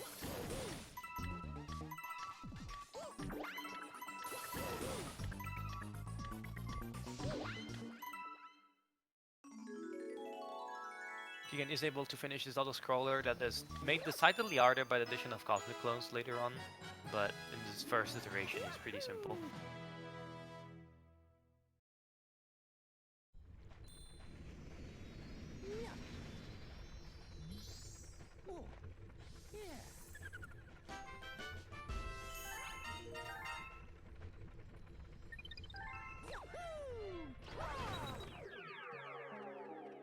No. Oddme will go play the same level, which we've already described. Keegan should do Chompworks 2 now.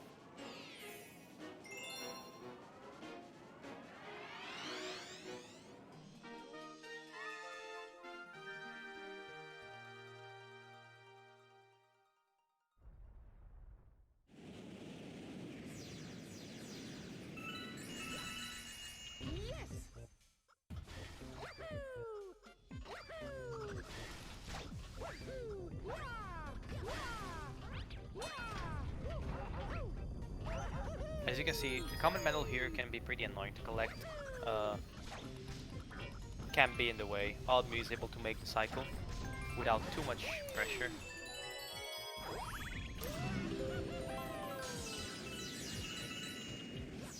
Keegan tries that particular strategy. You can jump on the seams basically of the ramp.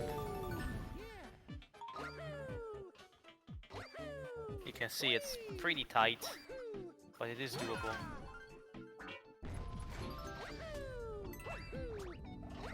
So that was tried there.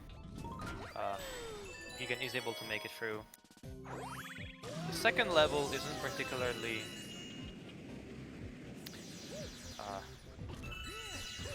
particularly significant if it wasn't for the introduction of the worst power-up ever made in video gaming history.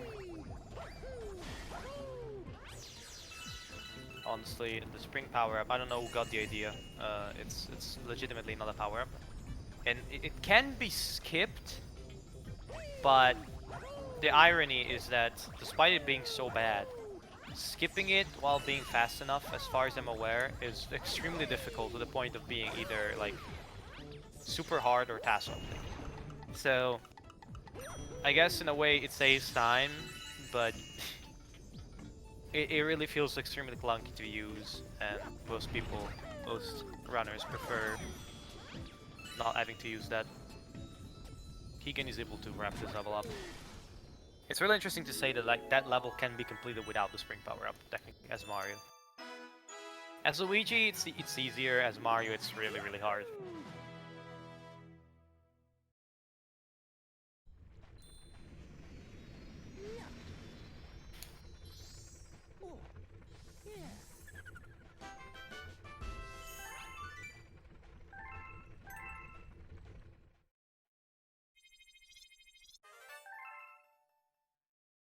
Now, Keegan is going through the motions, and going back to for the second portion of backtracking now. Oddme should be doing jump works too now.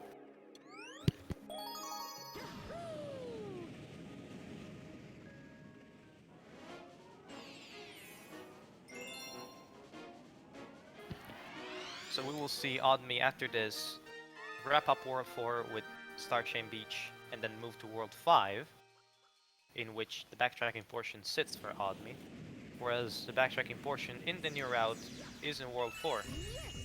So we will see that in Keegan's side of the stream.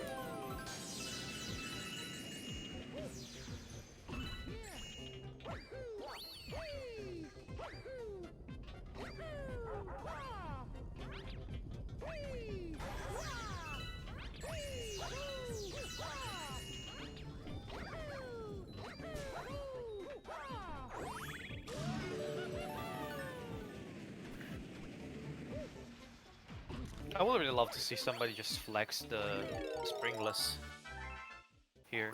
That would be cool. Not sure if anybody actually knows it.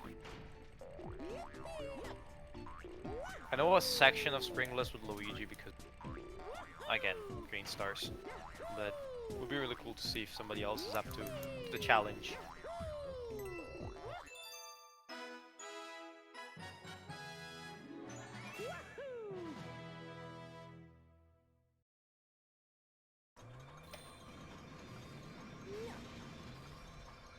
Now Keegan is going to Boulder Bowl, a stage that is located later on in the run, despite it being World 2, due to a particular situation when it comes to cutscenes. As in, you can manipulate a letter to be received right after a cutscene that would bring you to the core of the ship. Which means that you get teleported out, which means that it's faster. Hence, why Boulder Bowl is done so late in the run, despite the fact that it's in World 2. And this is all part of the cleanup that Keegan is now going to be doing. Whereas for Oddme, that part of the cleanup is situated in a different area of the route.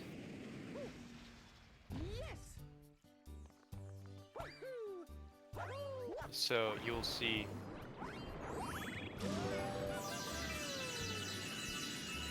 later. You'll see all these stars done by Oddme later on as well. For now, Keegan will showcase them.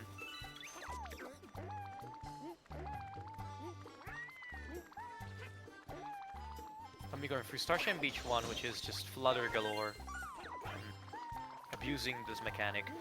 I haven't explained the flutter mechanic in detail, but so far we've had so many matches and of this tournament. If somebody in chat wants me to explain the flutter mechanic, just let me know. I'll have no problem doing so. But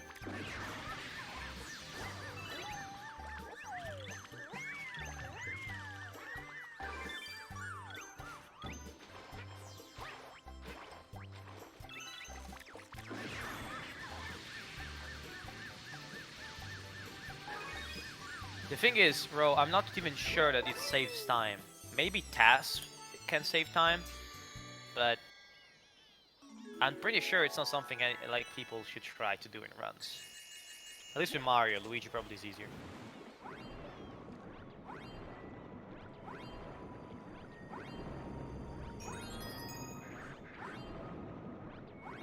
Oh, come on, Benny, you run the game, you know it.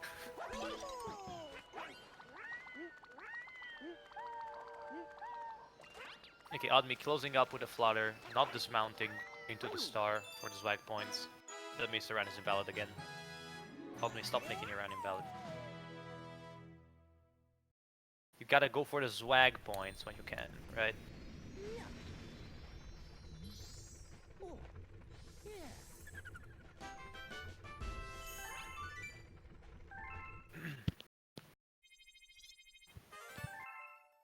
Okay.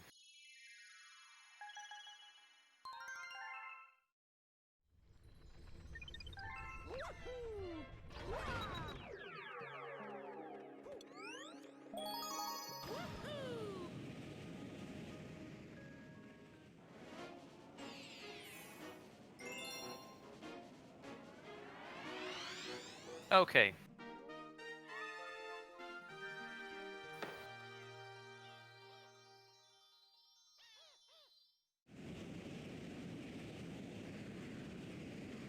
I'll be now into Starshine Beach 2, which is the home of many a dead run and a lot of hopes and dreams shattered. Keegan is going to complete the secret mission that the gear modes give to you via the mail code. The gear mode needs Goomba as a scientific.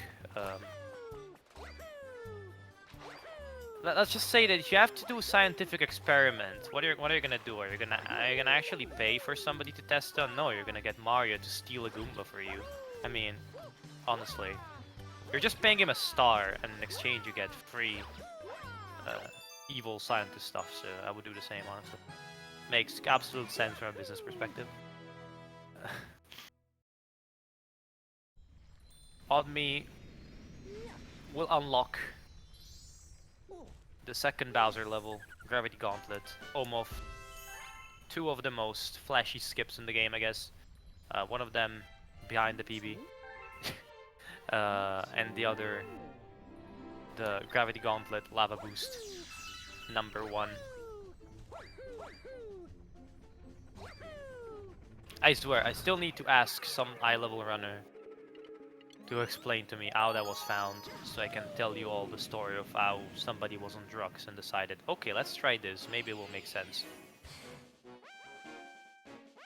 But I'm afraid you're not gonna see that unless Oddme makes a mistake now.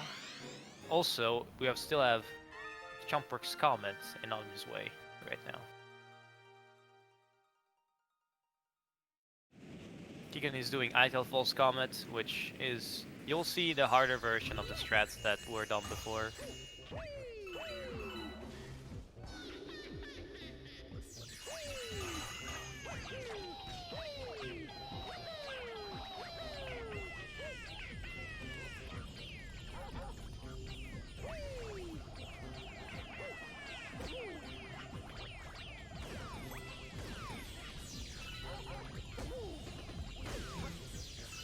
Oh, Oddme taking 2 hits here.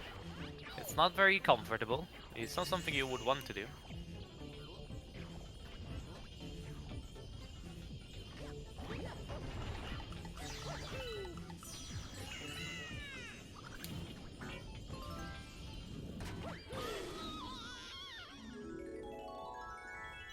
Oddme is able to wrap this up. As you can see, the clones can be quite a pain, but if you know how to work around them, obviously it's nothing too particularly annoying.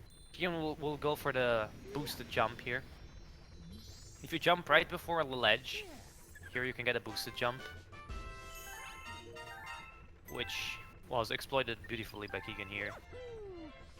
It was a pretty good playthrough of that stage.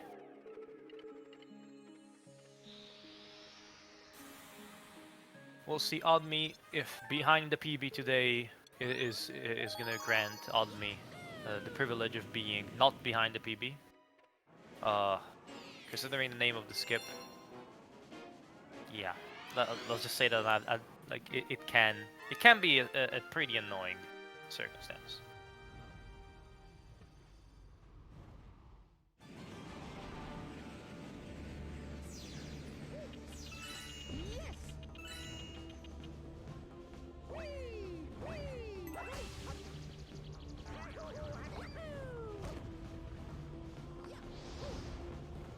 Now, in this particular section, there are 2 skips. One can be done here, but it's not going to be used now unless it's needed as a backup. We'll go for the harder version of the skip, which is the behind the castle. I call it behind the PB, but behind the castle is the official name. Because it goes, well, behind the castle. I have to say, this skip was named before I was in the community. I'm kind of known for being the community nicknaming skips meme lord. And honestly, I think that the name could use a revamp. Oddme messed up here, which leads to that interesting outcome. I have absolutely no idea why that specifically happens, but that's the case. Now, behind the PB strikes again. Now, you don't have the 6 up, which is necessary to pull that skip off, which means you have to go back and collect it again. But once you do, it's much easier to do this particular skip from the section. I say much easier, but it's much faster, actually, not easier. And on me, he's able to pull it off. Keegan, I didn't mention this, but Keegan doesn't like this level, and I'm not sure if Keegan will be... Oh, that's so unfortunate. That is so unfortunate there. I feel sad for Keegan after this. Keegan has a penchant for dying here. Let's just say, as I mentioned, it's not his favorite level, so... He actually doesn't like the level one bit. That probably wouldn't do much to increase his confidence in the level itself, would it?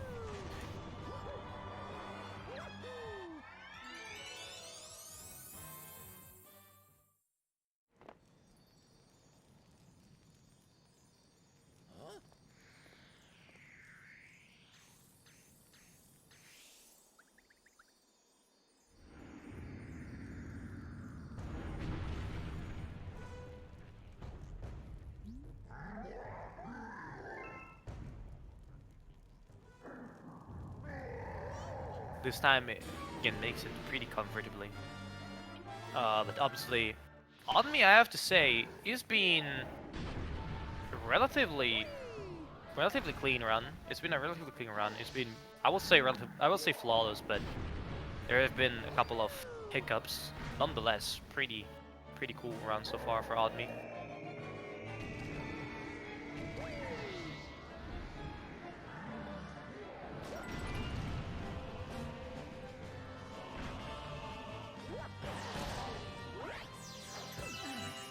In this second fight with Bowser, there is this particular skip that can be done where you want to wait on the meteor, on the first meteor you shoot, because it will interrupt Bowser's punching animation, and that can be something that's very beneficial, because obviously you skip said animation. You skip an attack from Bowser. And that's exactly what Oddme did. Good execution there. Keegan is still going through all the cleanup stuff right now.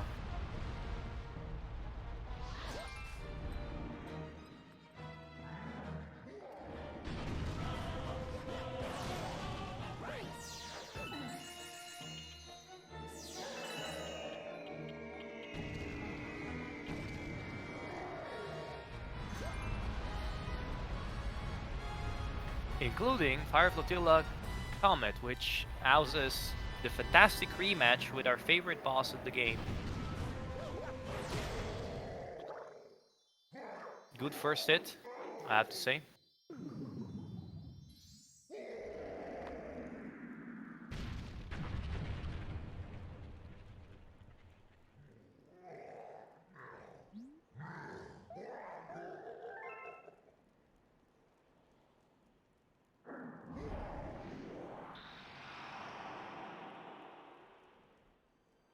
Keegan is able to complete the boss fight. Oddme is able to beat Bowser.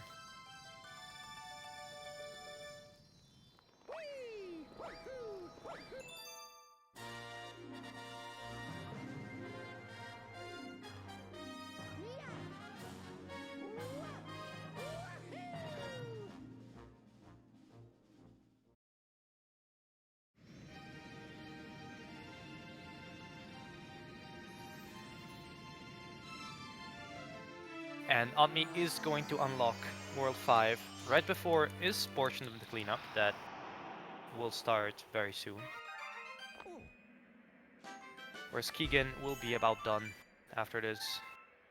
He's heading towards World 4 again, and will now be cleaning up the comets in World 4. So these are all stars that Admi has already done, technically speaking.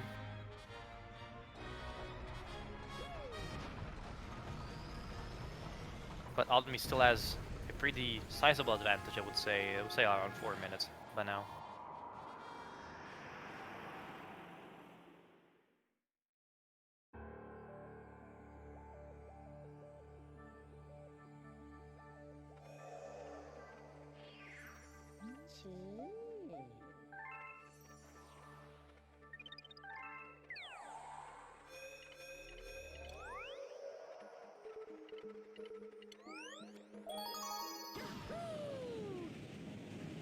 And Almi will go through Boulder Bowl 1 now. Keegan, again, the star manipulation for the ladder just needs to be, literally, you need to have more than a set amount of stars before you are able to unlock the ladder. Which means that you just need to have enough stars. So after that, whenever it's done, doesn't really matter. All that matters is that you have enough stars. So, and this is what makes the reroute possible as well.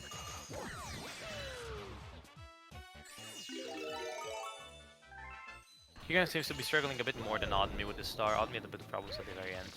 I haven't mentioned the skip in Boulder Bowl 1, which we'll see now Admi do. It's pretty... The skip is pretty old, but this way of executing it is relatively new. And it makes it more safe. Admi overshot a bit there, but no big deal. Always come back.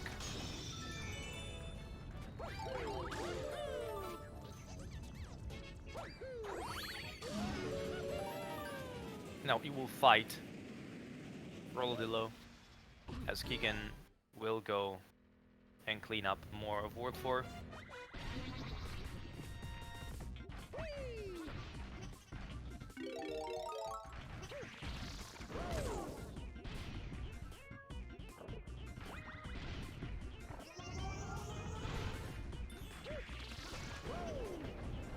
We see Admi going all the way around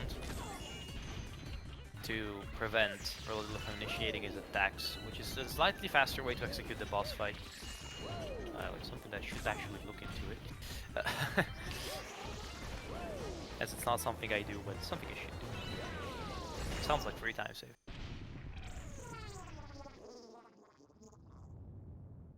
Pretty fast fight there. Pretty good execution.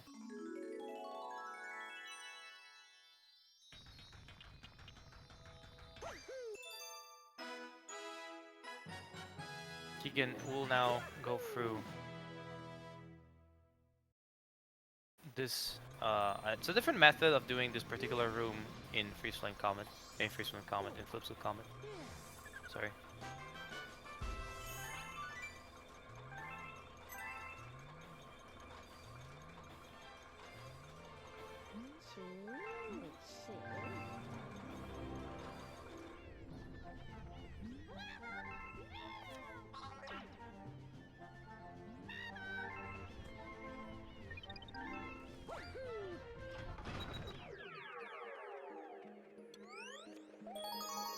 So both runners now trying to catch up with each other. I think Admi will be done a bit sooner than Keegan, considering the time advantage in this situation.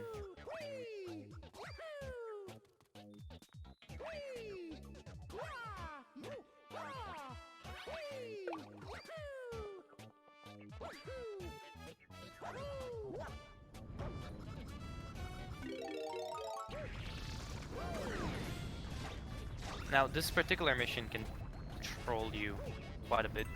The Guillermo mission, where you have to collect the Goomba. You can be trolled by the Goomba, and obviously the chain chomps / boulders can actually kill the Goomba, which isn't very good. Obviously, it isn't very cool if it happens.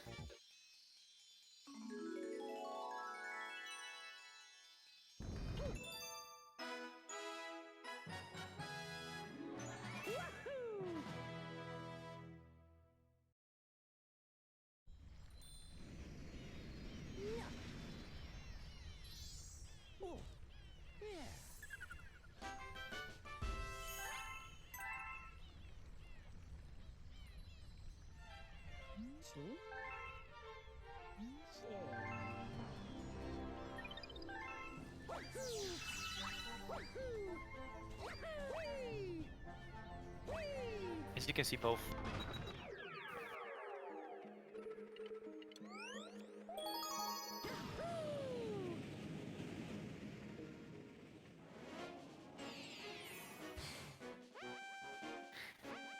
Also, in order to just to clarify what happened to Keegan, the fact that he died, even though he had hit the crab before, he hit the crab, but the death animation wasn't over, so the counter didn't go up yet, so he died.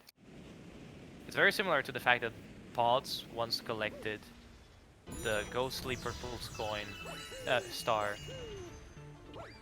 The frame thing ended, so he entered the star, get animation, all of that, then died right after, and the star didn't count because Luigi didn't enter, like they didn't return to the observatory, which is a bit of a weird moment.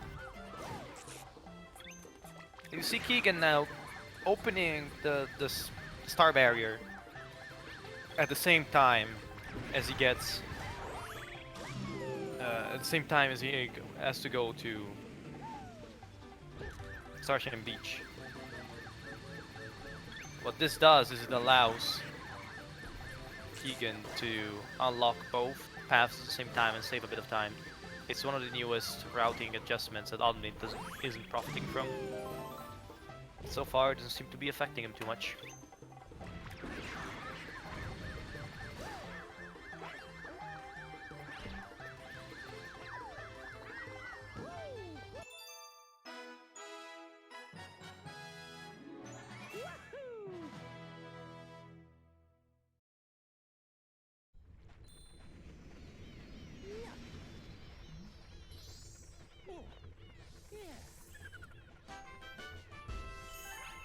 Keegan now trying to complete Starshine Beach.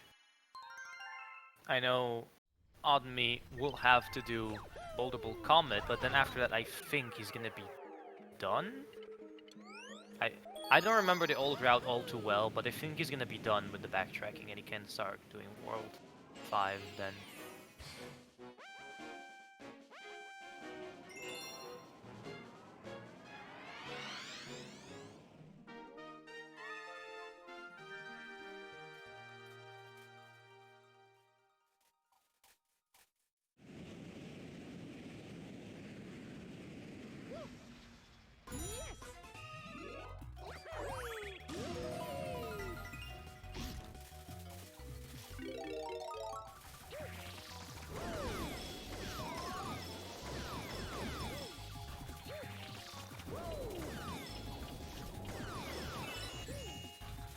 Let's hope that Oddme will have a bit more luck than Keegan in this particular start.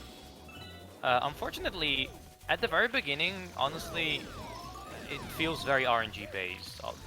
The movement of the enemies are kind of random, and the way you decide to go, technically there's no correct way. You would have to predict RNG, but predicting randomness is...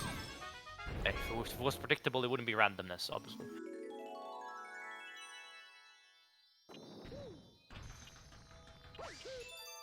So in this particular situation, Oddme is able to finish up pretty fast. I would say pretty good RNG.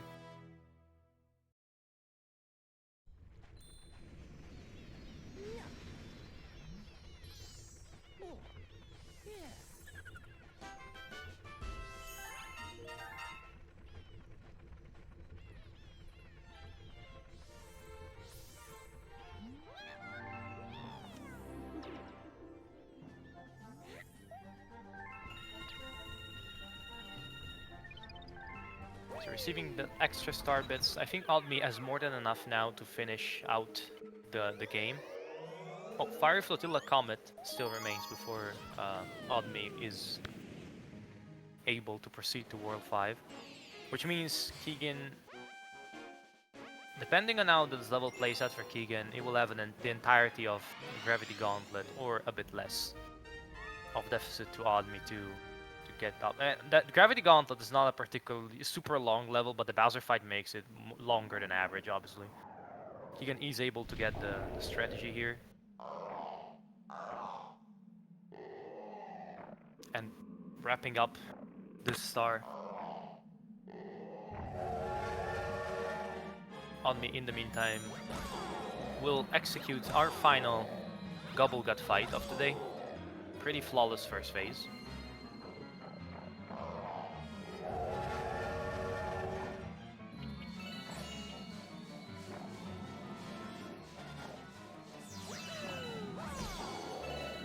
Aiming for this fast hit in particular. Gets hit by the Gobble Gut, unfortunately. There, and this is a strat that again I've not seen done by anybody else, but it could simply be due to personal preferences. On me here diverts the action of Gobble Gut for actually landing the killer blow. Not sure if Admi is particularly happy with any of these fights, honestly, but this is something I might ask. If it was all part of the great Admi master plan, or things didn't exactly go as they should have. Keegan will now start Gravity Gauntlet. Misses the lava boost here. But doesn't bonk, and as a generally, I was about to say generally better time than Admi had, but that lava moment wasn't really great. Keegan is getting DDoSed by Nintendo right now, because we're streaming the Forbidden game.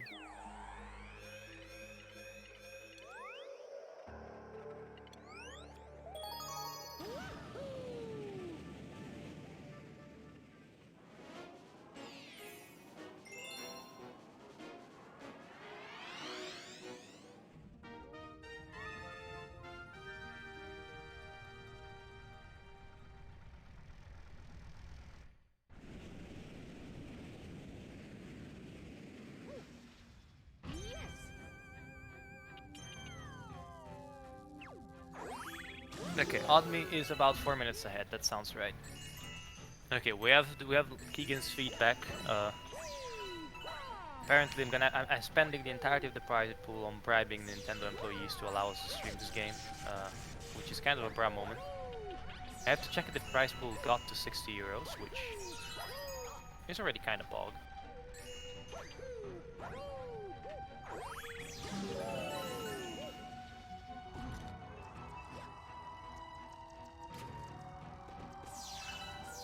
We might even be able to reach the 100 euro barrier before the end of the tournament, which would be really, really cool. I think that if you just press !SMG2, there's also a link to donate, so if you feel like giving money to pretty good players, one of which could be Admi, honestly. Admi as could have a decent chance to get top 3. And as such part of the prize pool.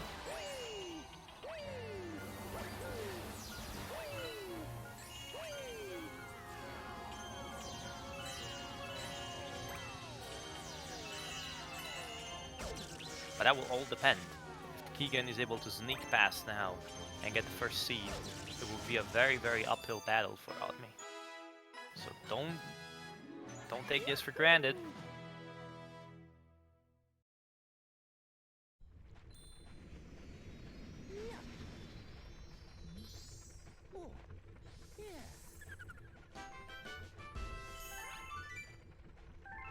Okay, Keegan gets the Bowser phase skip.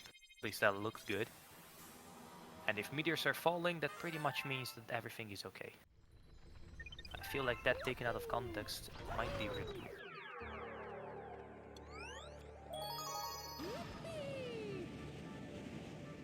Admi now entering to the galaxy with the best song in the game.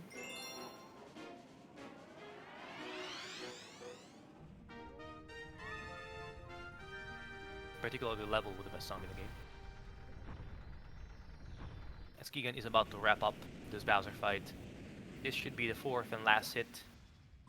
No, third hit. I didn't see he still had hit once. Maybe missed with the meteors.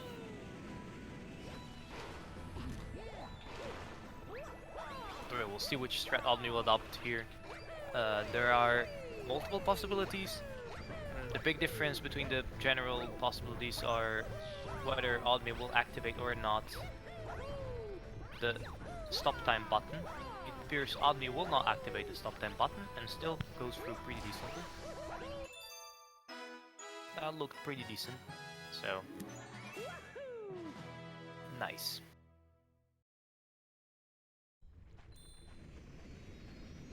Now the two routes should be the same at the moment, so we are able to directly compare.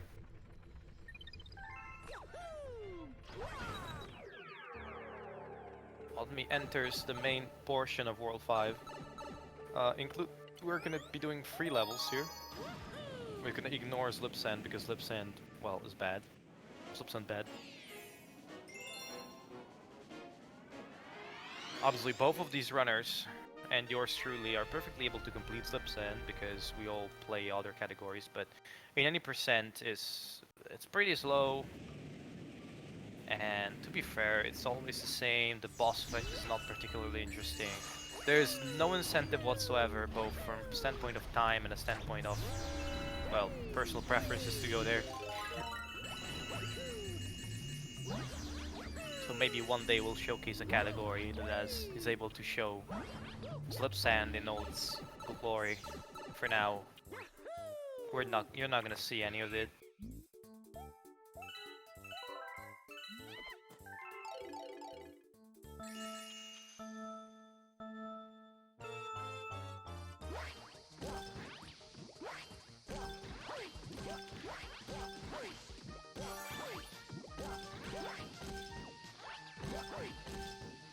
Oddme now will be busy with the second version of the chimp minigame. Now this one is actually a bit harder because you have to get to 600, and if you make mistakes, 600 is not that high of a ceiling. You can actually make mistakes enough and not get enough points.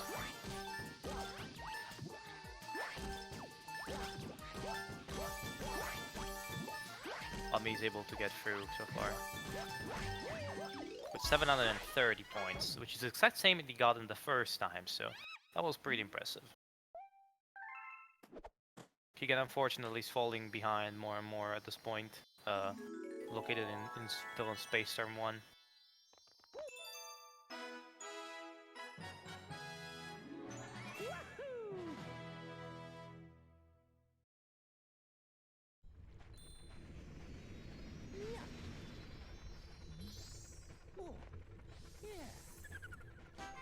Having a bit of trouble after the Comet Medal there. That section is can be particularly annoying, I guess is the best way to describe it.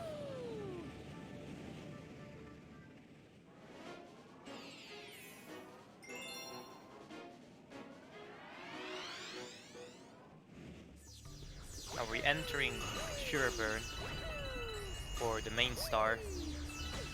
Here, ignoring the platform to take DL, Oddme will follow the regular strategy without going for the advanced stuff. Again, that's kind of been a theme lately, Oddme. I'll just do basic stuff, I'll win anyways. Hey, whatever works.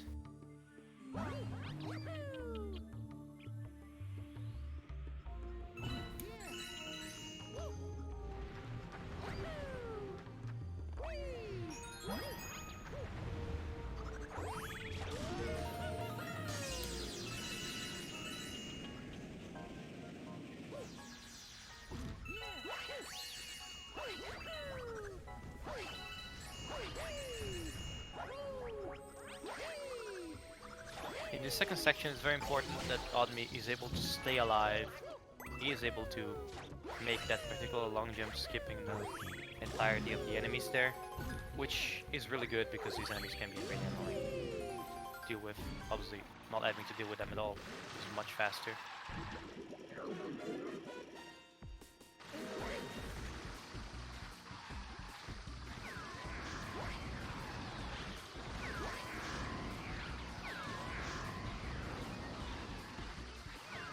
Now this particular boss fight, you want to delay the first hit that you do to the boss due to being able to interrupt the longer attack later on.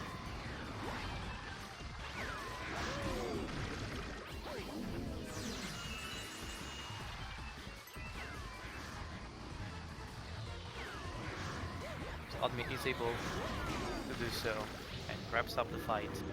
Keegan is in a bit of trouble with coming on top of this of the ledge and Space Storm.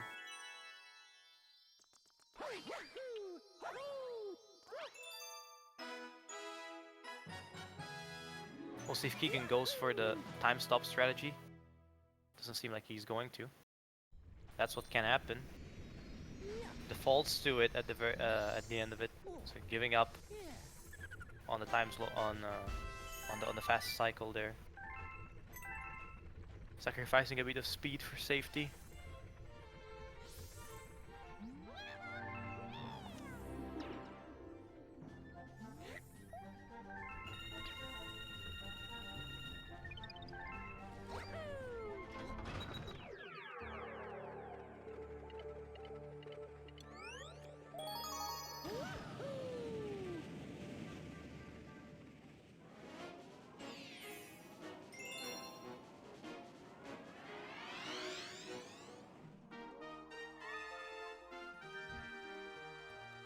Keegan will now be entering Shiver Burn as well, whereas Admi will now start the Upside Dizzy Galaxy. Quick Galaxy, so there's a lot of interesting movement, but most 2D sections in this game can be pretty interesting to see when it comes to platforming, especially when there's gravity involved, obviously.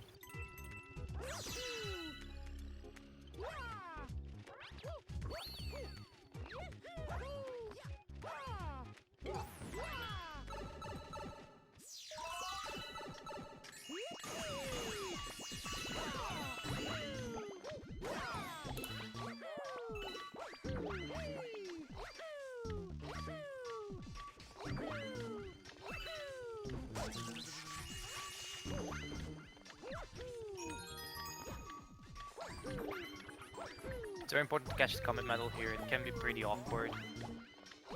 Admi is able to go through this particular section and gets to the end before the cycle switches. That can be pretty awkward if there's a cycle switch when you're executing that platforming section. It can be really annoying. Obviously, it's not something that's preferred.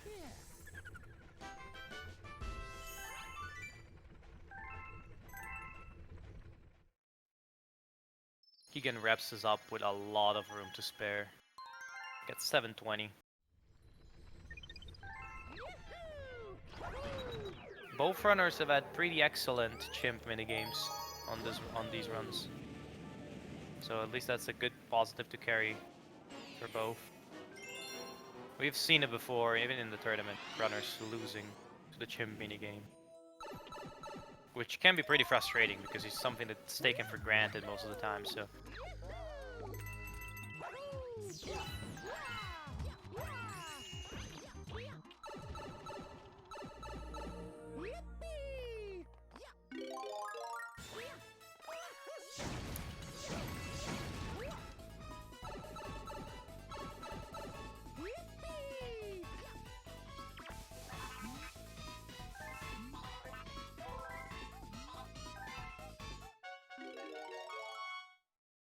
So Admi will now enter the Secret Star in Upside Dizzy. Create minigame number 2. We'll see how well that goes for Admi. It's a different strat from what I used to seeing. We'll see if it pays out for Admi. Looks to be pretty efficient, to be fair. So kudos for Admi. 7 there is pretty respectable. Definitely much better than this previous box trade minigame.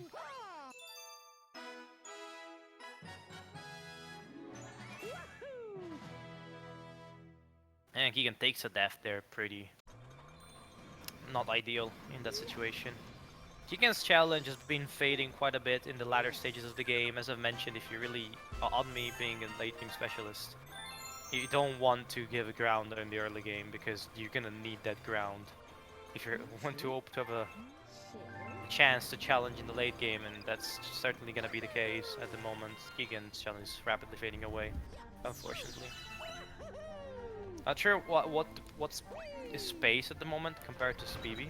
It could be that it's still on pace for a PB, but pretty sure that's...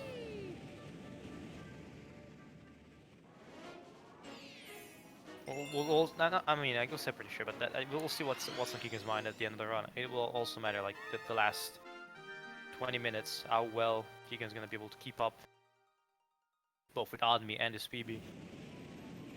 As Admi goes into Blue Moon.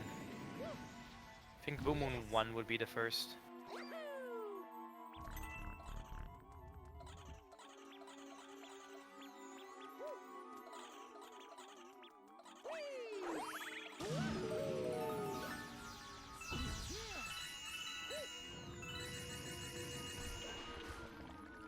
In the new route, I think it's Blue Moon 1 and then Secret. Maybe the old route should be Secret then 1. Remember that the order is switched between the two, so I think that...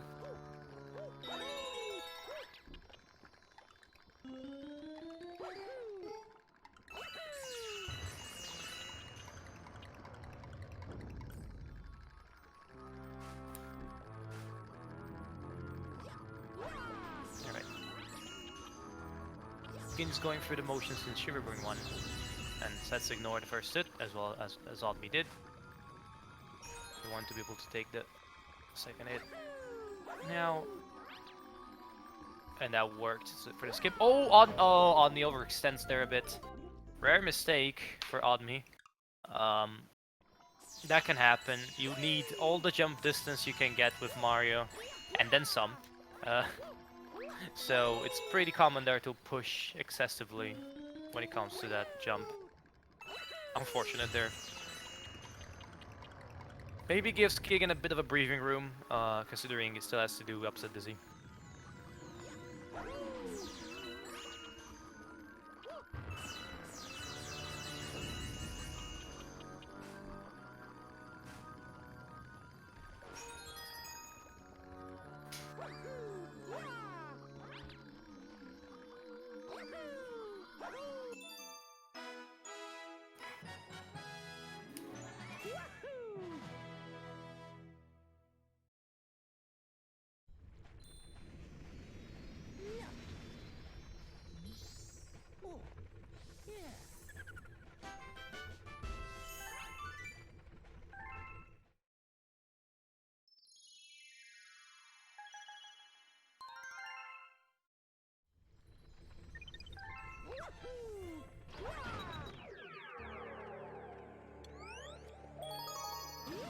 Okay, so Admi is able to wrap up the secret star this time without too much issue. Keegan will follow the new route, so they will probably both be doing Blue Moon 1 against some sync, I guess. Admi has the advantage of already having watched the cutscenes, so he can skip the cutscenes.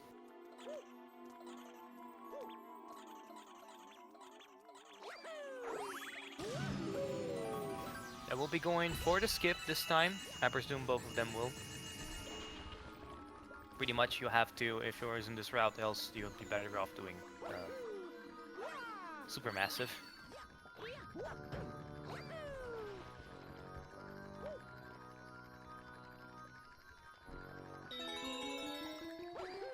Actually, I'm not even sure if you'd be better off doing super massive now. It's...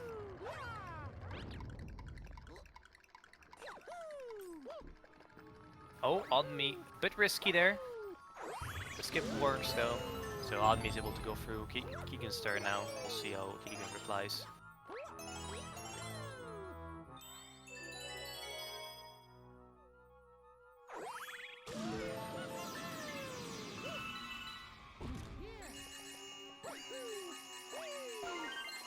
Skip being almost identical there between both runners, so pretty good execution for both.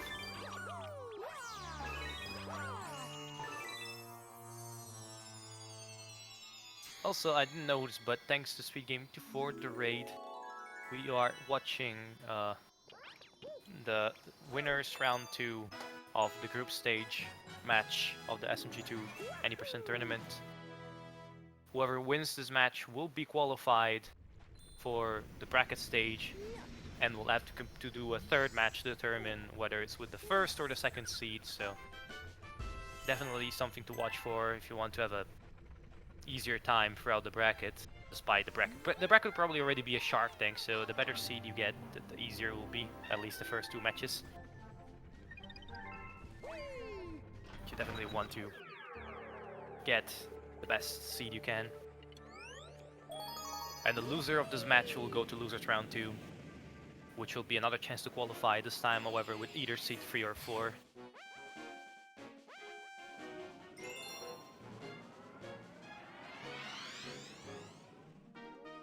Odmi enters Sureburn Comet. Keegan now will head towards Upside Dizzy.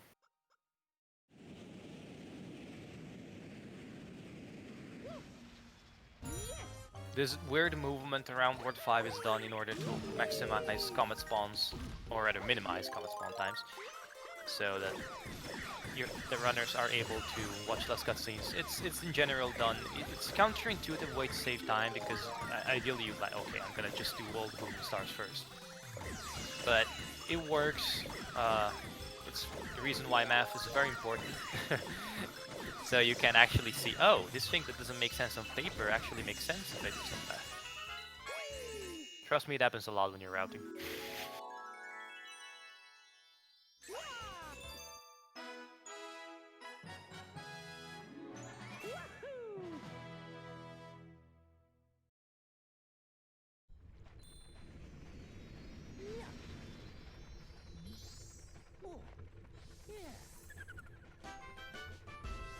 And they're killing almost all the enemies there. Proceeding through the stage. That's a pretty... It looks like a pretty good Upside Dizzy. Getting tased there, it's basically unpreventable. It's really, really hard to be able to go through without getting hit. Keegan gets a still pretty good cycle. And only after being done with the Comet, pretty simple Comet to be fair, we'll add into Boom Bunker for the second to last boss stage of the run. Keegan still has to clean a few stars in World 5.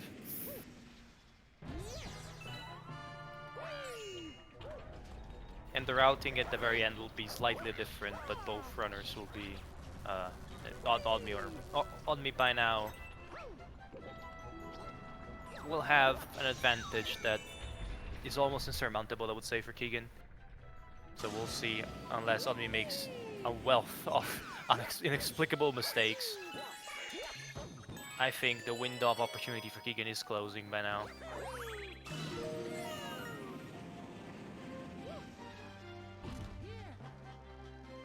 Unfortunate there for Keegan, trying to do the fast entry. Fast entry can be a pain sometimes. Even normal entry can be a pain sometimes. Is able to finally get it. And enter the pipe. Odmi doesn't go for the jump, for the cloud skip here. Again, these are things that normally you would expect from a runner with his time, but we know, as I mentioned multiple times now, runner with very consistent strategies. Not sure if this is done regularly or just for the tournaments, not to go for strategies that might be more not worth the risk.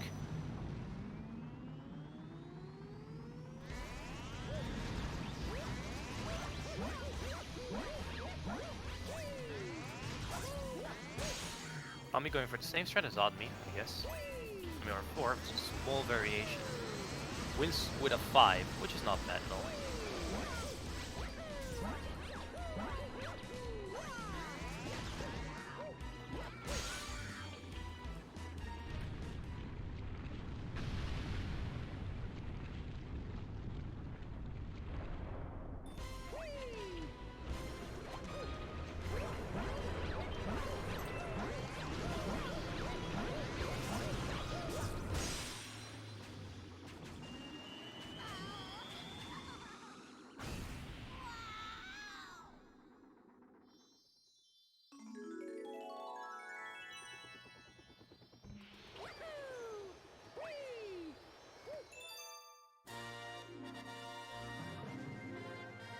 So Odmi wraps up World 5, sub 230. Keegan still has to complete if I'm correct, Boom Moon Secret, Shiverburn Comet, and then Boom Bunker. So looking forward to see all of these stages from Keegan. But the delta right now should be about 6 minutes if I were to take a wild guess.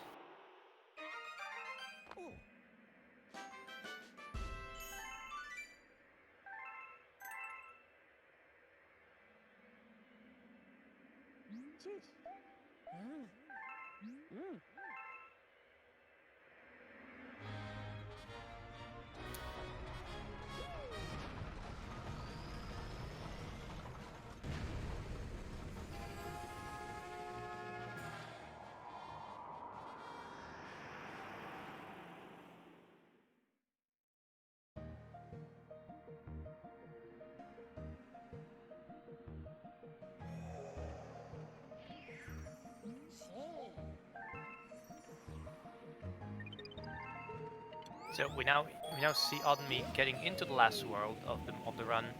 There will be a further element of backtracking now to complete, I think, 6 comets. Not sure if the old route is still 6 comets, but I think it is.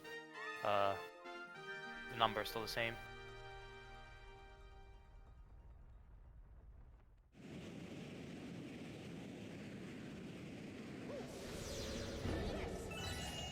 So we will see if Oddme is able to maintain his lead into this final section. Keegan will collect the last comet medal of 4-5. No, Boom Bunker, right? Boom Bunker is still last to be collected. It's Boom Secret. Doesn't make the same mistake Oddme did.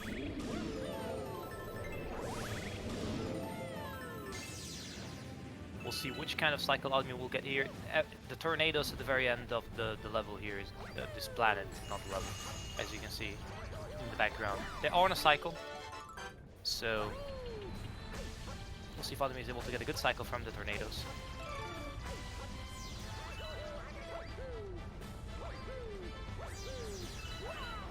Seems like he is going to be able to get the good cycle. It was pretty close. Not sure if Oddme will want to collect the coin here. Just opts to skip it. It's okay. You don't want to get to the final planet with 1 HP, but 2 HP is fine. It's pretty solid. For the long jump here. Oh, takes the hit here.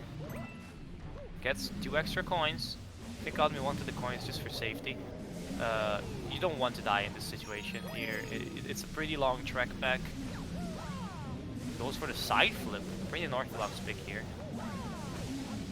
Gets hit another time, but he's able to break the crystal. Meantime, Keegan is murdering a lot of enemies.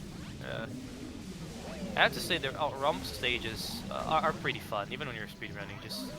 It just feels nice.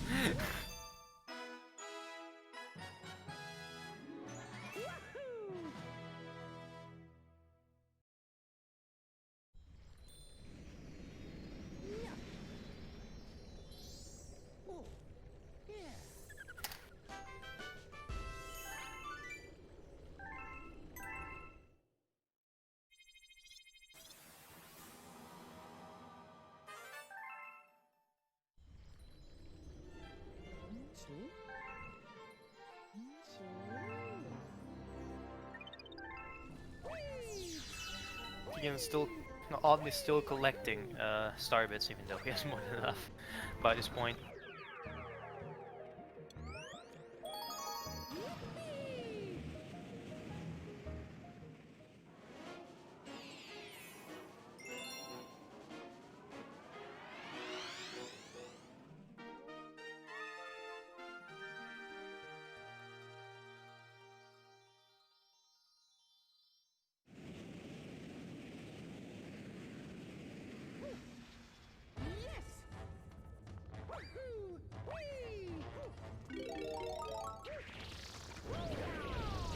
Oddme will go for Melting Monster too.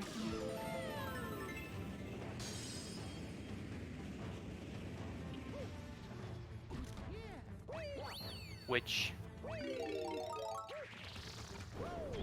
is just fundamentally an obstacle course. Keegan will be going through the motions in Bowser 1, Bowser Jr. 1, Bowser Jr. 3, Bowser 1, we're a bit far in the game for Bowser Jr. 1 by now. We'll see if Keegan will go for the Cloud Skip. I'm not sure if Keegan knows Cloud Skip. He will go for a safe strategy here. Even waiting for one of the cycles.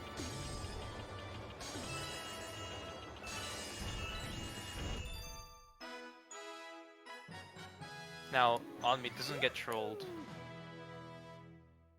by the level at the end, so that's pretty good. That level can get quite ugly if stuff's not going your way at the end.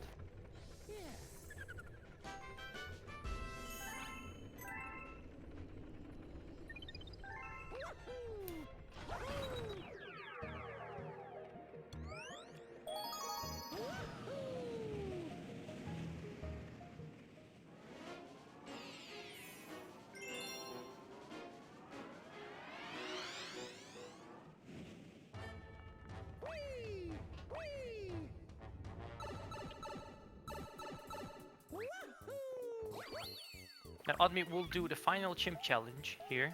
Just have to literally play bowling with him. Or more than with him on his course. Because whatever. I don't know, the chimp's mind is too big for normal humans to understand. The chimp is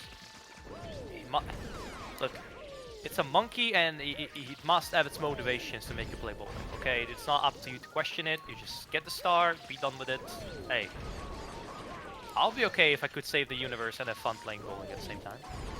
It's pretty cool, honestly. We'll see. Almi goes for the pin skip. Almi goes for the pin skip, indeed.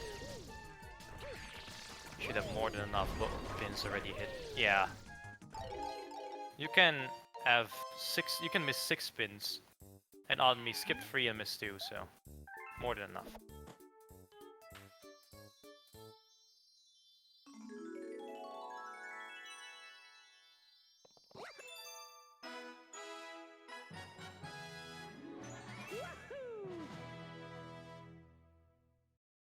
Keegan, in the meantime, has wrapped up the final Bowser Jr. fight, and will unlock now World 6 as well,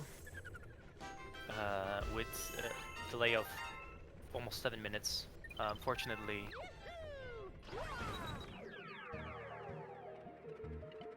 for Keegan, the chance to win is slipping away quite fast. Almi's already done the entirety of Melty Monster and is now going towards Clockwork Ruins. Clockwork Ruins is pretty unique in that it's one of the only galaxies where we only do 1 star, and it's not 1. Star is the Clockwork Ruins secret star. It's actually faster than the normal star, and completing any star allows you to proceed. That includes secret star, so we'll never see the ending, at least in this category, of Clockwork Run. We'll see Clockwork Secret, which requires you to collect 30 coins, and Almi still is already getting on with it. It's a mix of killing enemies, using question mark boxes, and coins being scattered around.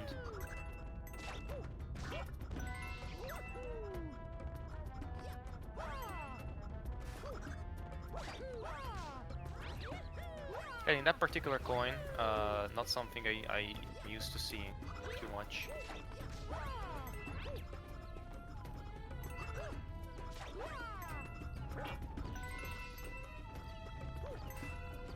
But you want to have 30 coins at the end of this, or 20 coins at the end of this particular section, but you can still get coins on the final spinning platform.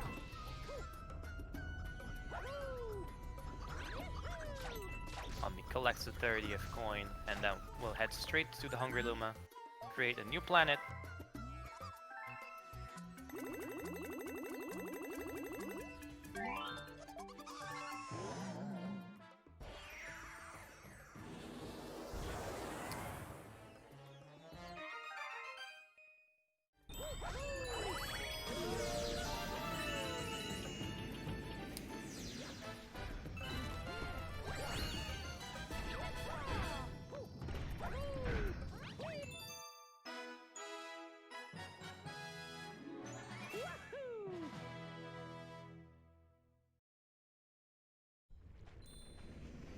So the final planet, as you've seen, can be cheesed quite easily. There is obviously there is no invisible wall there. I've always wondered why Nintendo never put an invisible wall here. Keegan collects the coin for safety at the very end of Melty Monster 1. Ideally, you want to get a coin just simply because the farther away you are from death in that stage, the better. The gravity in the final planets is very, very weird, as it feels... It makes total sense from a physics standpoint, but it feels very clunky to play with. So, it is an extremely challenging section, and it's not ideal to be there with 1 HP because you cannot trust your jumps at all times. On me switched game. Now it's playing SM64, understandable. This is not 602, but apparently wants some practice. Going to get this Comet Medal, which is called back to Cannon Star and Womp Fortress. And then going straight for King Womp, which is... I don't know, I guess that there's a mouth there, so I guess the Womps can eat. I think the King Womp ate a bit of steroids since the last appearance in order to be more equipped to fight Mario.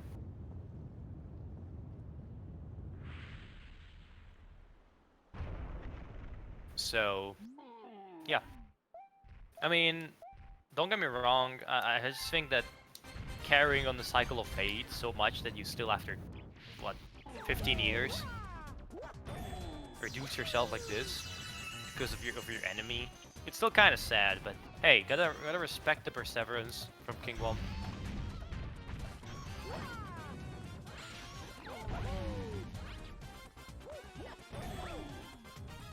I'll be showing off the jank in this fight. The momentum boost that you can get here are quite insane.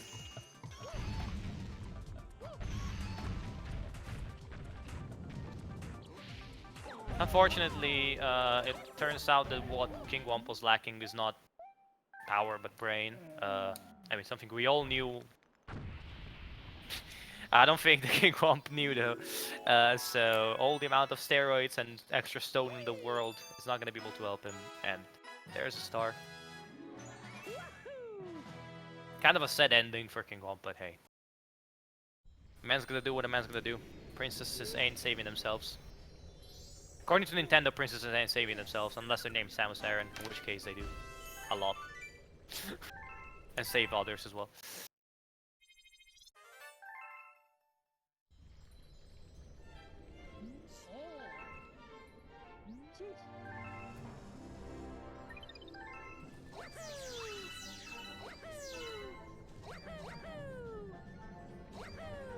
Keegan is playing bowling. Keegan mentioned that he might go for a zigzag skip now. I'm not sure if Oddme actually executed the zigzag skip because I was watching Keegan's game feed at the time. We'll see if Keegan goes for it. Keegan opts to go for it, makes it. Pretty cool. Okay, oh, now he risked it a bit. He unfortunately lost the time he had gained in the zigzag skip with that ending, but still. Pretty good. He would have lost the time anyways if he didn't do that skip. So that was very nice. You can, even though it appears like you're rolling on nothing, you have a bit of a grace time before the rock goes down enough so that it gets broken by hitting the side walls. So able to exploit that. Keegan was able to just go through basically, avoiding the bouncers. Oddme now is collecting silver stars in Womp Fortress. I didn't remember a silver star mission in 64, but maybe it's just me. Okay.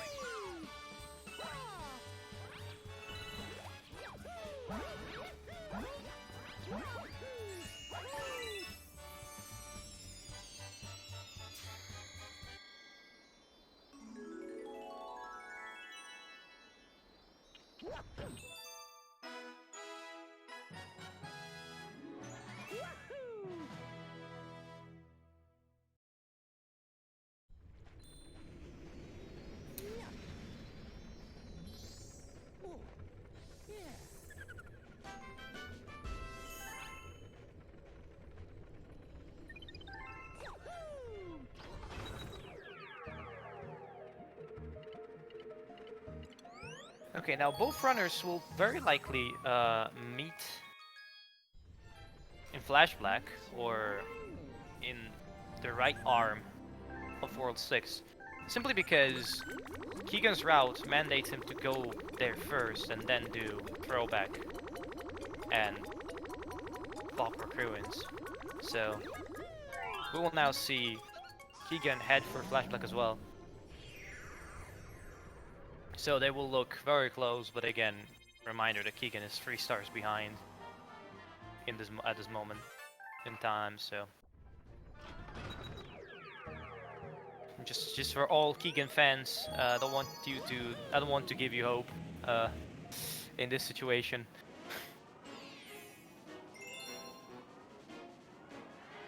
Hope is all fine and dandy, but hope for the sake of hope doesn't work. Looking at you, Nagito.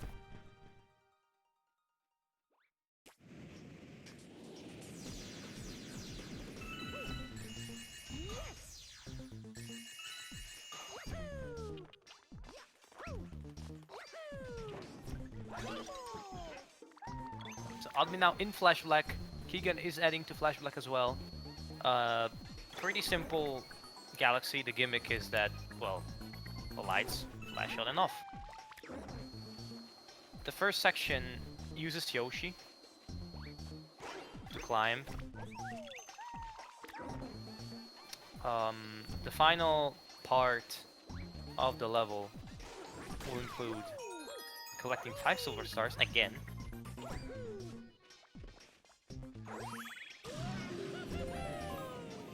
And there will be another mission, Flash Black Comet, that's gonna be done here. Which is, again, killing a lot of Bowser henchmen, which, sure.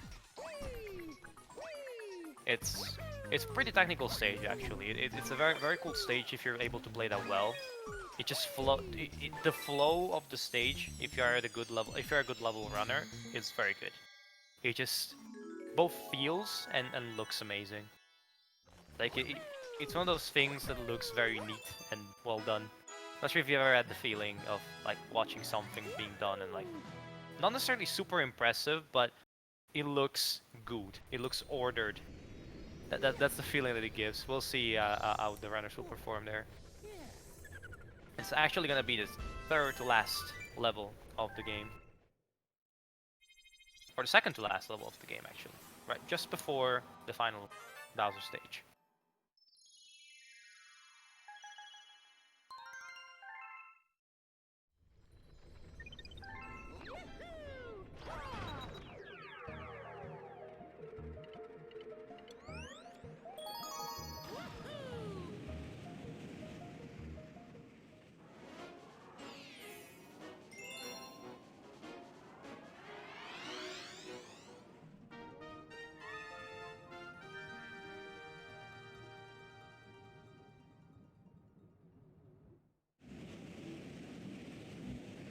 Now Onmi enters Sleepy Spring.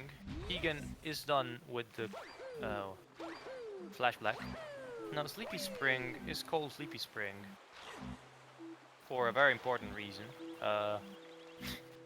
That is, it's a very chill level with its good sides and its bad sides. The good sides, obviously, it's just a chill level in the middle of World 6, which is a very hard section of the game.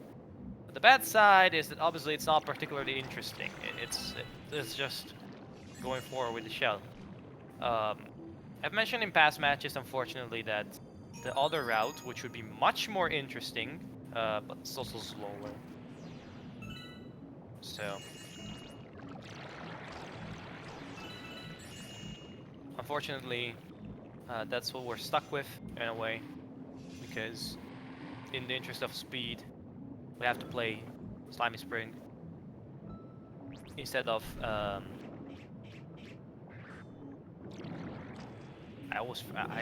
instead of Battle Belt.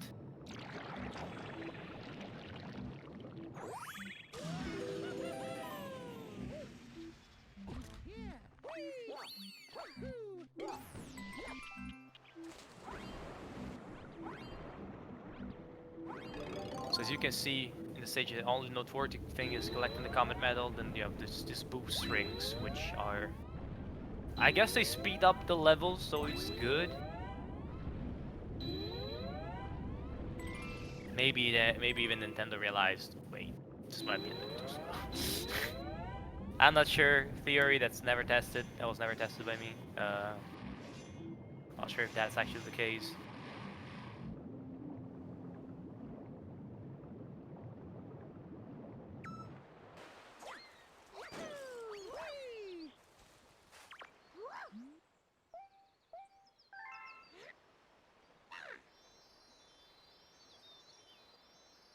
So Oddly gets to the end, and it's the fantastic one and only Captain Toad, being a true bro and just getting a star for you, or rather, just getting a star, trying, and then being locked away. One must wonder what would have happened to Captain Toad in the Mario universe if he was never saved by Mario here. Looking at you, everybody that has never completed this game. You've left Captain Toad to die. That said, now Oddme will have free room to roam across the rest of the game and collect a final comets. So you will first head off toward 3. That's a bit of a difference from the route, but not too big of a difference. Or you will do Ontiol's Comet, which is Long Jump Central round 2. And Beep Block Comet, which is a really interesting star that is a bit of a pain sometimes.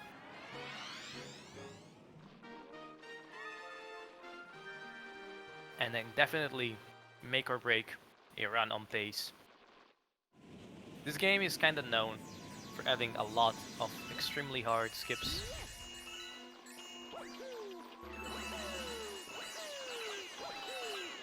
Pulling off ramp skips first try. I am sorry, there was so much stuff going on when it comes to Melty Monster that I didn't mention it, but ramp skips OP, please nerf. Kudos to Keegan, despite being behind and having had not the cleanest run so far, still going for very hard strats. Absolute legend.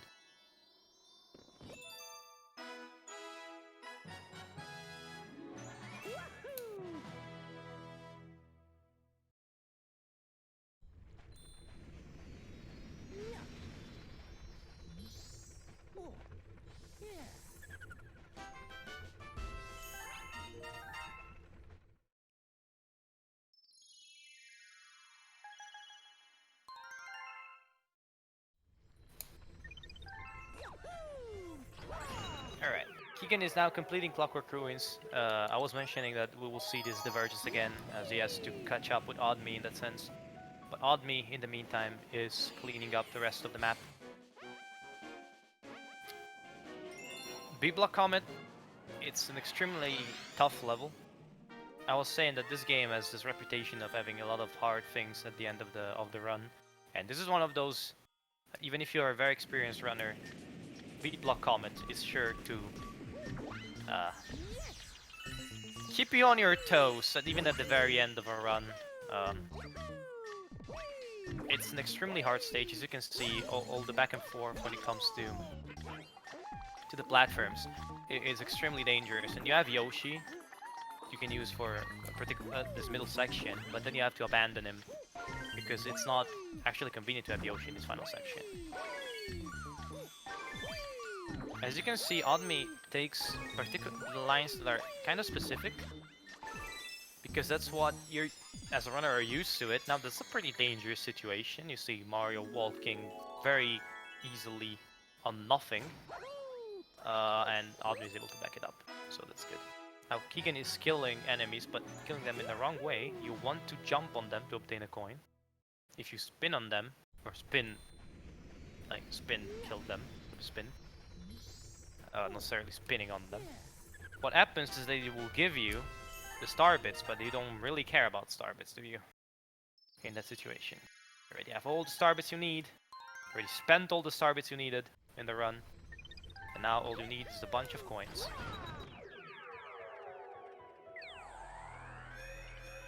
Not sure if that's the allegory to say that although need a skull art cache and all the feelings and friendship in the world will not save you from that.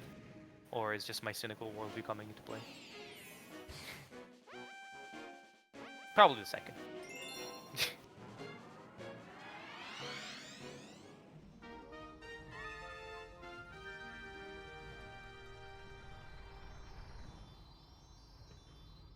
Alright, Oddme moved up to World 4 cleanup with Gravity Gauntlet Comet. We'll see again the Gravity Gauntlet Comet skip.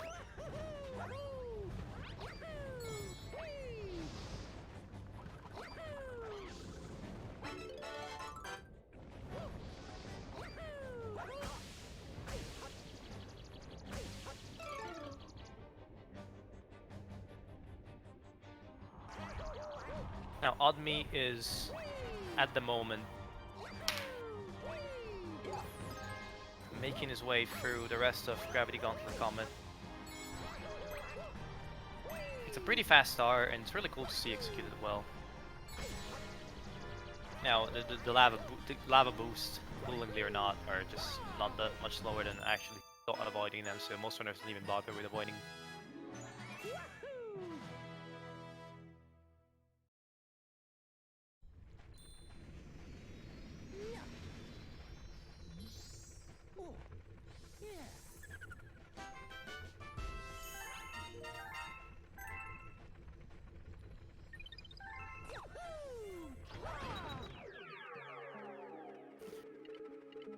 Keegan is facing a Steroid Stone, and Oddme will complete another very fast Comet, Starshine Beach Comet.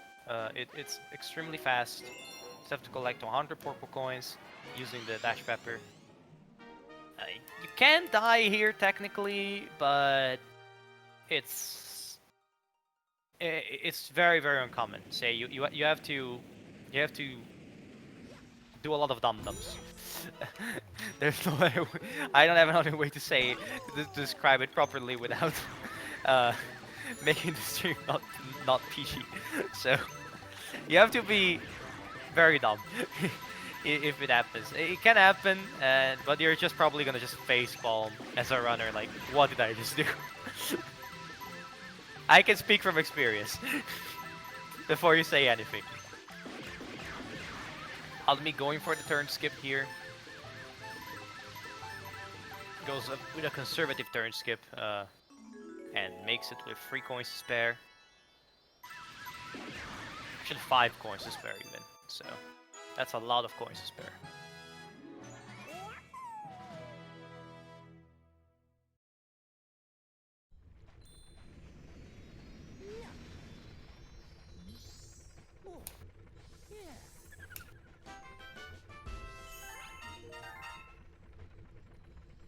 So I'm not sure how to quantify the exact delta between Keegan and Oddme. It's the entirety of cleanup plus throwback 2. Now both players will be playing what is arguably the same stage. Just Oddme is gonna play with the timer. So again, Keegan seems ahead from the screen. However, the caveat is that Keegan is doing Throwback 2, and Oddme is doing Throwback Comet.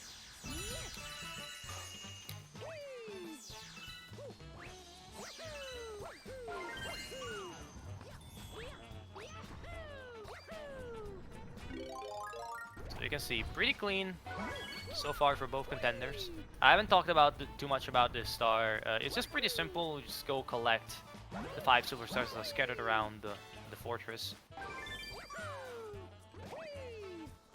It can be a bit janky sometimes when it comes to the slope physics, but overall it's not a stage that most runners are afraid of, in my experience. It's just a case of stringing together the movement.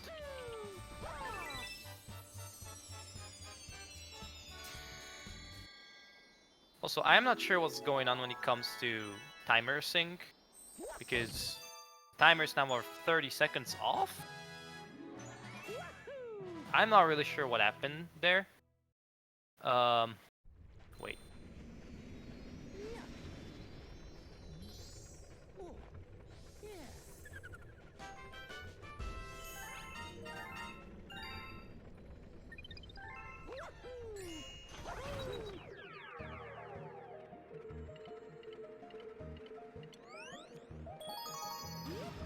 Okay, so I'll try my best to sync it back.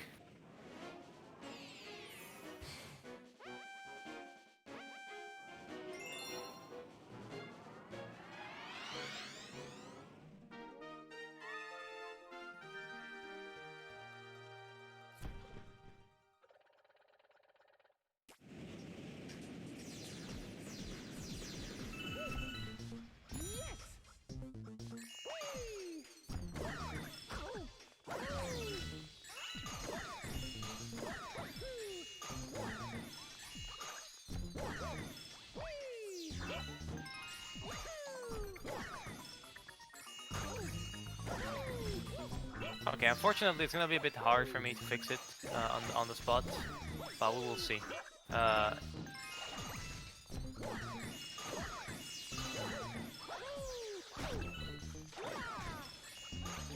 I'm just trying to...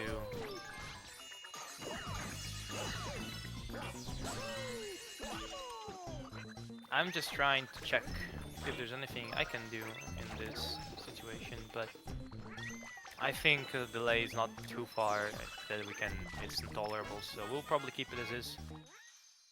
Yeah, exactly.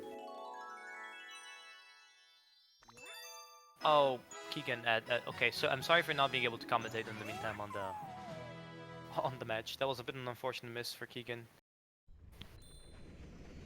Odme looks on pace for a 3:10-ish time, so probably not super happy about this run, knowing Odme. Keegan is going for the enemy setup here, which is neat. Pretty cool.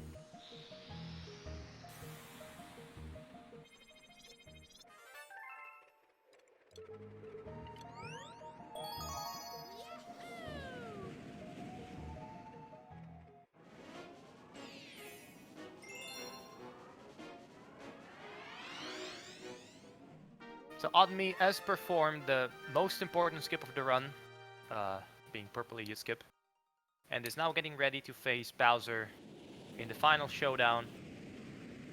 You'll see a final level that's full of potential roadblocks, places to die, check.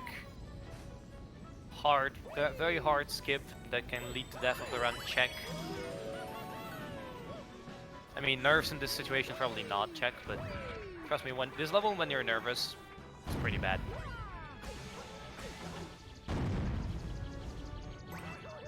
He goes for the old strat there. Leaning the corner first. Even the old strat of getting zapped.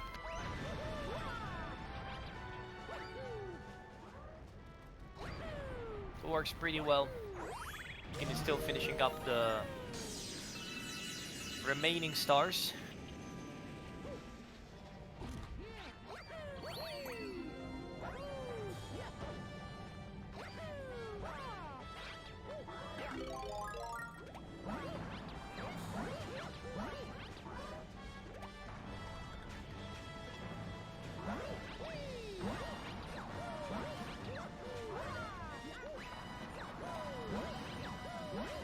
This final section is always a bit scary. It doesn't carry a cloud over to the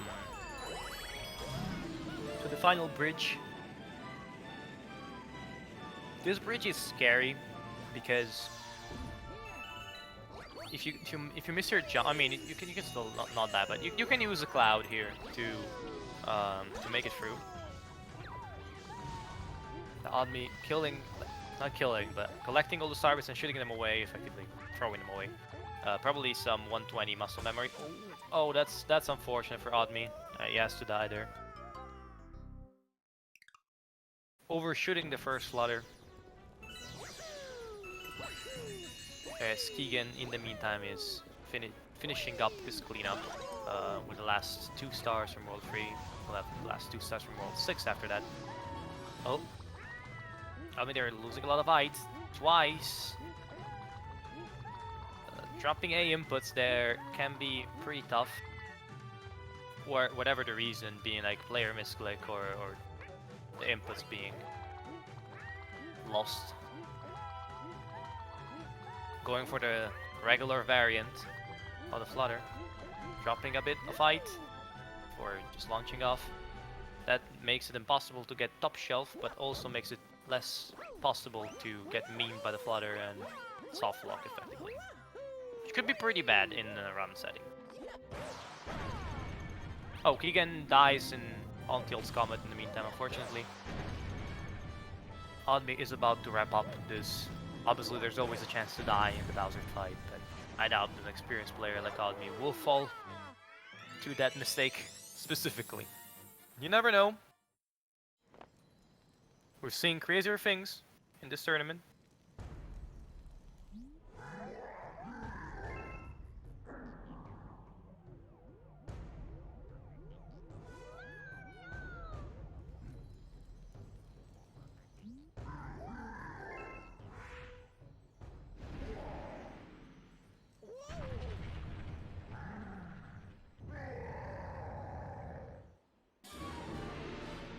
So, Oddme begins the final Bowser fight.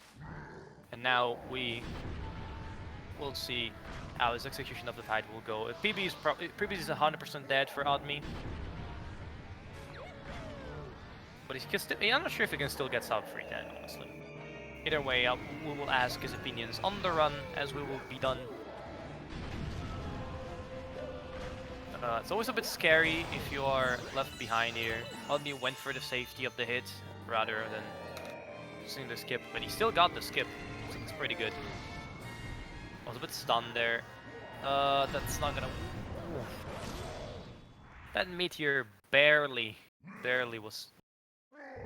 didn't get destroyed by Bowser. It was very, very close.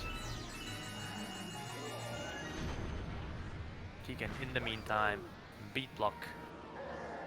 Beat block Comet can always be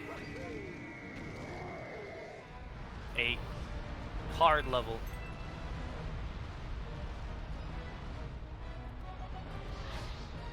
Decides for a different strat than Oddme.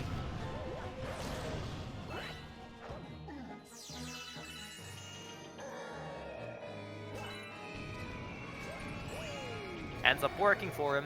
Oddme is still fighting Bowser in the meantime, dodging the fire.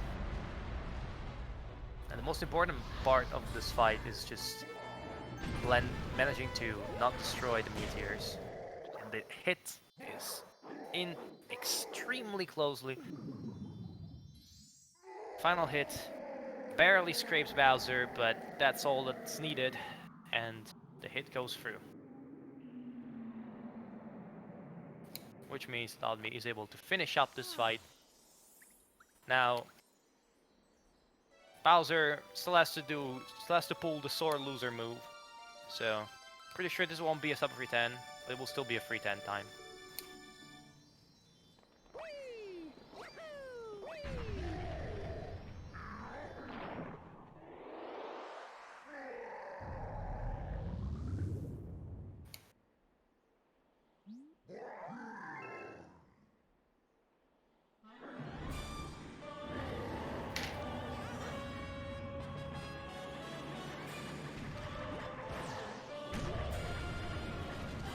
So now, in the last moments of the run for Oddme, it will be a 310, below 310. Keegan is still completing Throwback Comet.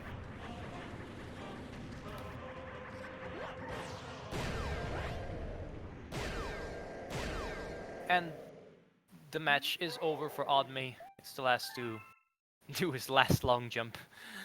But Oddme wraps up the match, didn't die in the Bowser fight. Was overall a consistent run. Not sure what his opinion will be. We'll see what he thinks about his performance today. Really soon. I'm not...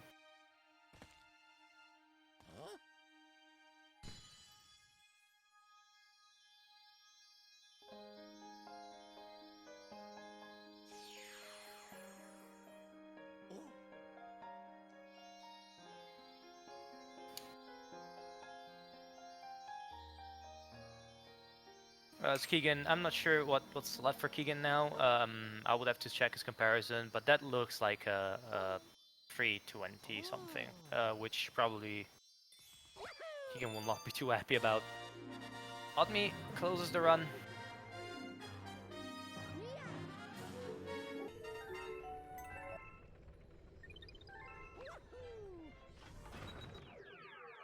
Now you have to confirm to me that the audio is okay again, because we just switched audio, and I set that up on my own. So confirm to me, please, that audio is okay. Also, hello, Hi. Mr. Odme. Oh my god, that run was such a disaster. Okay, so I had no idea what you would think about that run, but it's clearly not too happy about it. Nevertheless, it did the job. 4 minutes away from Man. PB, right? What? 4 minutes from PB, right? Yeah. And that was Okay. like a minute and a half worse than my last race, which that run was already bad. Right, so World 4, man. People need to stop underestimating how ridiculous World 4 is. Such a dumb and hard world. yeah, obviously this game is known for having just a hard progression, really. When you go through after World 1, World 2, which can already be annoying, but people generally put a lot of practice in these, so it can be fine. But then you have worlds like 3, 5, 4, 6. All of these worlds have a lot of danger inherent to them, which obviously can make runs really hard of this game. It's no secret that this game is very I don't punishing. even know what happened on Flipsville 1. I just couldn't get on the roof to do the skip. Mario just would not get up there. So I was already tilted, and then I died at the beginning of Flipsville 2, and I was ready to just, like, throw my Wiimote. And then I finally did when I died on Boom in Secret, because that broke me. I was so mad about that, because Mario just did not jump. Well, this broken man still was able to not break the race and finish up, so before we move on, maybe to, you have any other comment about the run besides that, in your opinion, wasn't that good? So. Not really. I mean, I guess I got some golds, but they weren't by much. My somewhat best is a 301 now, which is cool, I guess. Yeah, I mean, a lot of, like, you have, for instance, your companion of I-Seed of group, group D, being Shadow, already has a sub 3 somewhat best, but we know that you're technically generally more consistent base runner than trying to go for everything and go for broke. The Mega Hammer fight is why this game needs to be on Switch. Hate the sensor bar, dude. So bad. It is old tech after all, so. I'm still gonna focus more on Galaxy 120 because even though I PB'd last night, it's still terrible and I can beat it by like 5 more minutes probably. This man as a legendary drive and likes to call runs that are within 10 minutes of world record. Terrible, but we will see. We'll see if your focus will bear fruits. Now, one last thing before we move on. You have qualified for the bracket stage, which technically I think you're the first person to qualify, as far as I can see, right? I'm not sure. Yeah, if that's... I think so. All right, so. Any thoughts on that? Any thoughts on who will be your opponent to determine the seeding of the match, and what do you think about that in general? So if whoever qualifies, like if Shadow is the next person to qualify from winners, do we have to race? You do have to race to determine which seed you get from the group, so first or second. Okay. So if I do end up racing Shadow, I honestly wouldn't be surprised if I lose that, just because, like, he's been getting back into the groove of the game, and if he gets a good run going, it's, like, way better than mine. I still feel like my PB was kind of a fluke. Like, I definitely think I overachieved in my PB. I'm not sure if I could get a 306 realistically again, but well, as long as I keep pulling out, like, sub 310 times, I think I can get far in the tournament. Yeah, do you think you will focus maybe since the game isn't immediately? I mean, you still like next week for groups B and C to compete. Do you think that maybe after a bit more of 120 Galaxy One, do you want to play a bit of 90% just to maybe get a bit of an edge over Shadow, or at least I try mean, I'm to? probably gonna put 242 back in my list of things to do because I need to lower my PB.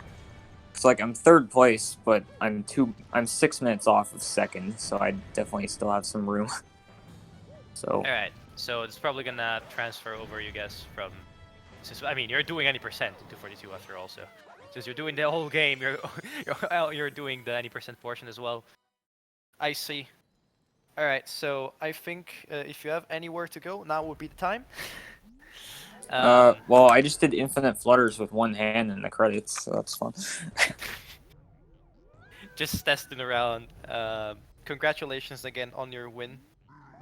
So, Q. unless you have anything else to do, I will be or commentate on. I will finish the commentary for Keegan. Unless you want to wait for Keegan to hear how his run went or anything. Um, Keegan is just right now in the Bowser fight. And a bit of was able to actually keep up with you at the very start of the run, but Yeah.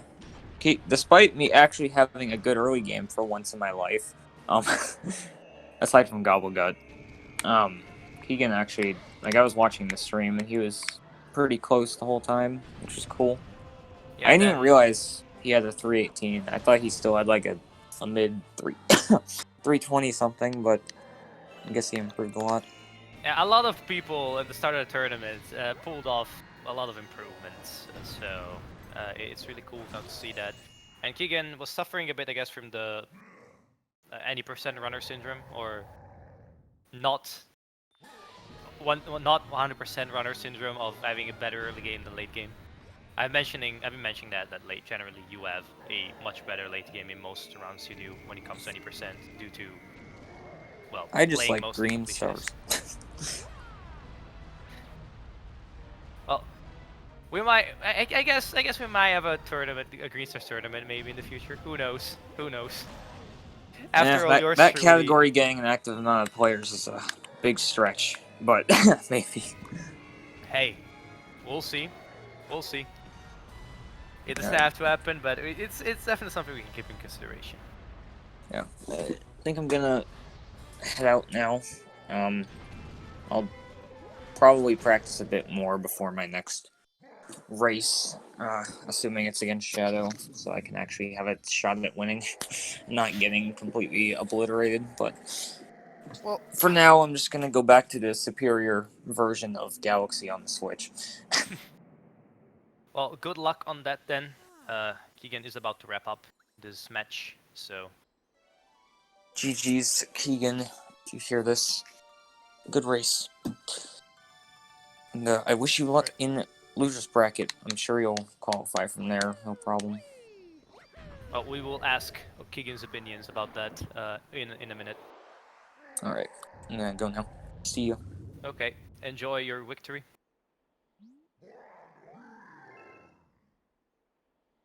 Ah.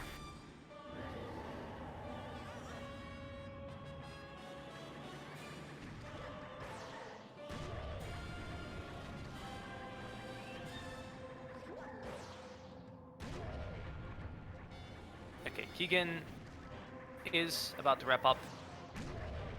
Just in the final, Bowser hits and nails all the meteors. This will be a free 20.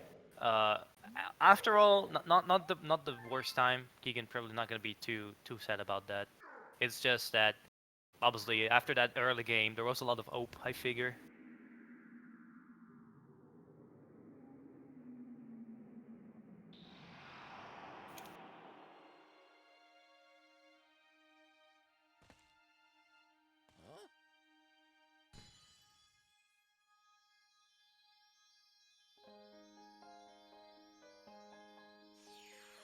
All right.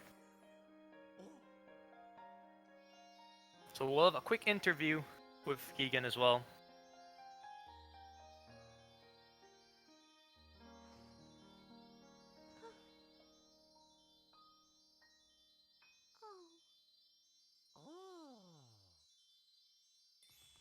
Keegan wraps it up with a 320.33.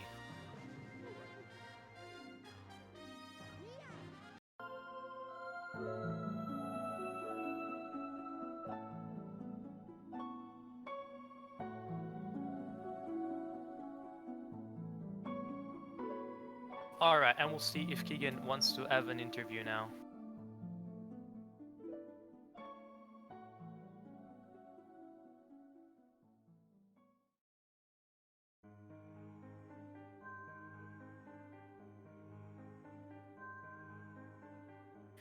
Hello?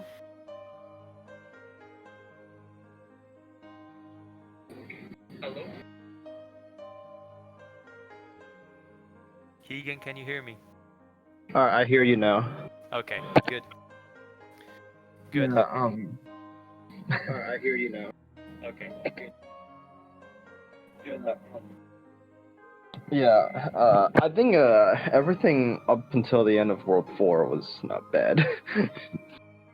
As I mentioned, you were having a pretty good performance in the early stage of the match, but then everything seemed to kind of fall apart, and you started losing more ground. I mean, I think, this was pretty good and close to PB. I wasn't playing that badly, honestly. The two biggest time losses, I feel like they weren't really my fault in the Boulder Bowl Comet, obviously. And, in Shiverburn, like, after grabbing the Comet medal, I got a frame-perfect cloud cancel, and I wasn't able to recover from that. And so that was another 1 minute time loss. So, like, it would have been PB without those 2 minutes, to be honest. And yeah, I also got like some of the strats that I've been practicing. I don't know if I'm gonna keep using them in runs. There's the ramp skips, zigzag skip in Melty Monster 2, and Nevi's lava boost. I doubt I'll be going for those anymore. I just wanted to get those off my chest, you know.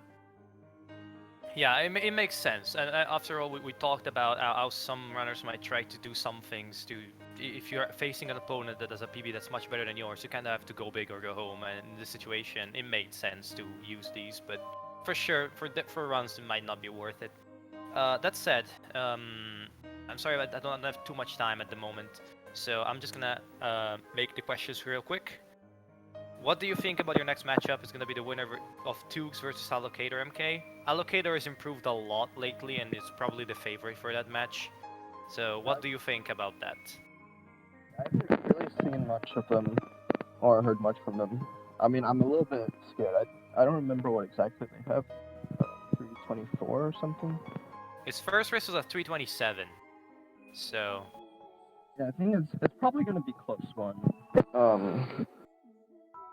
I mean, obviously, I'm gonna try to prepare for it. But the thing is, like, I've been practicing a lot this past week, and I've still been playing. I still just didn't play that well today.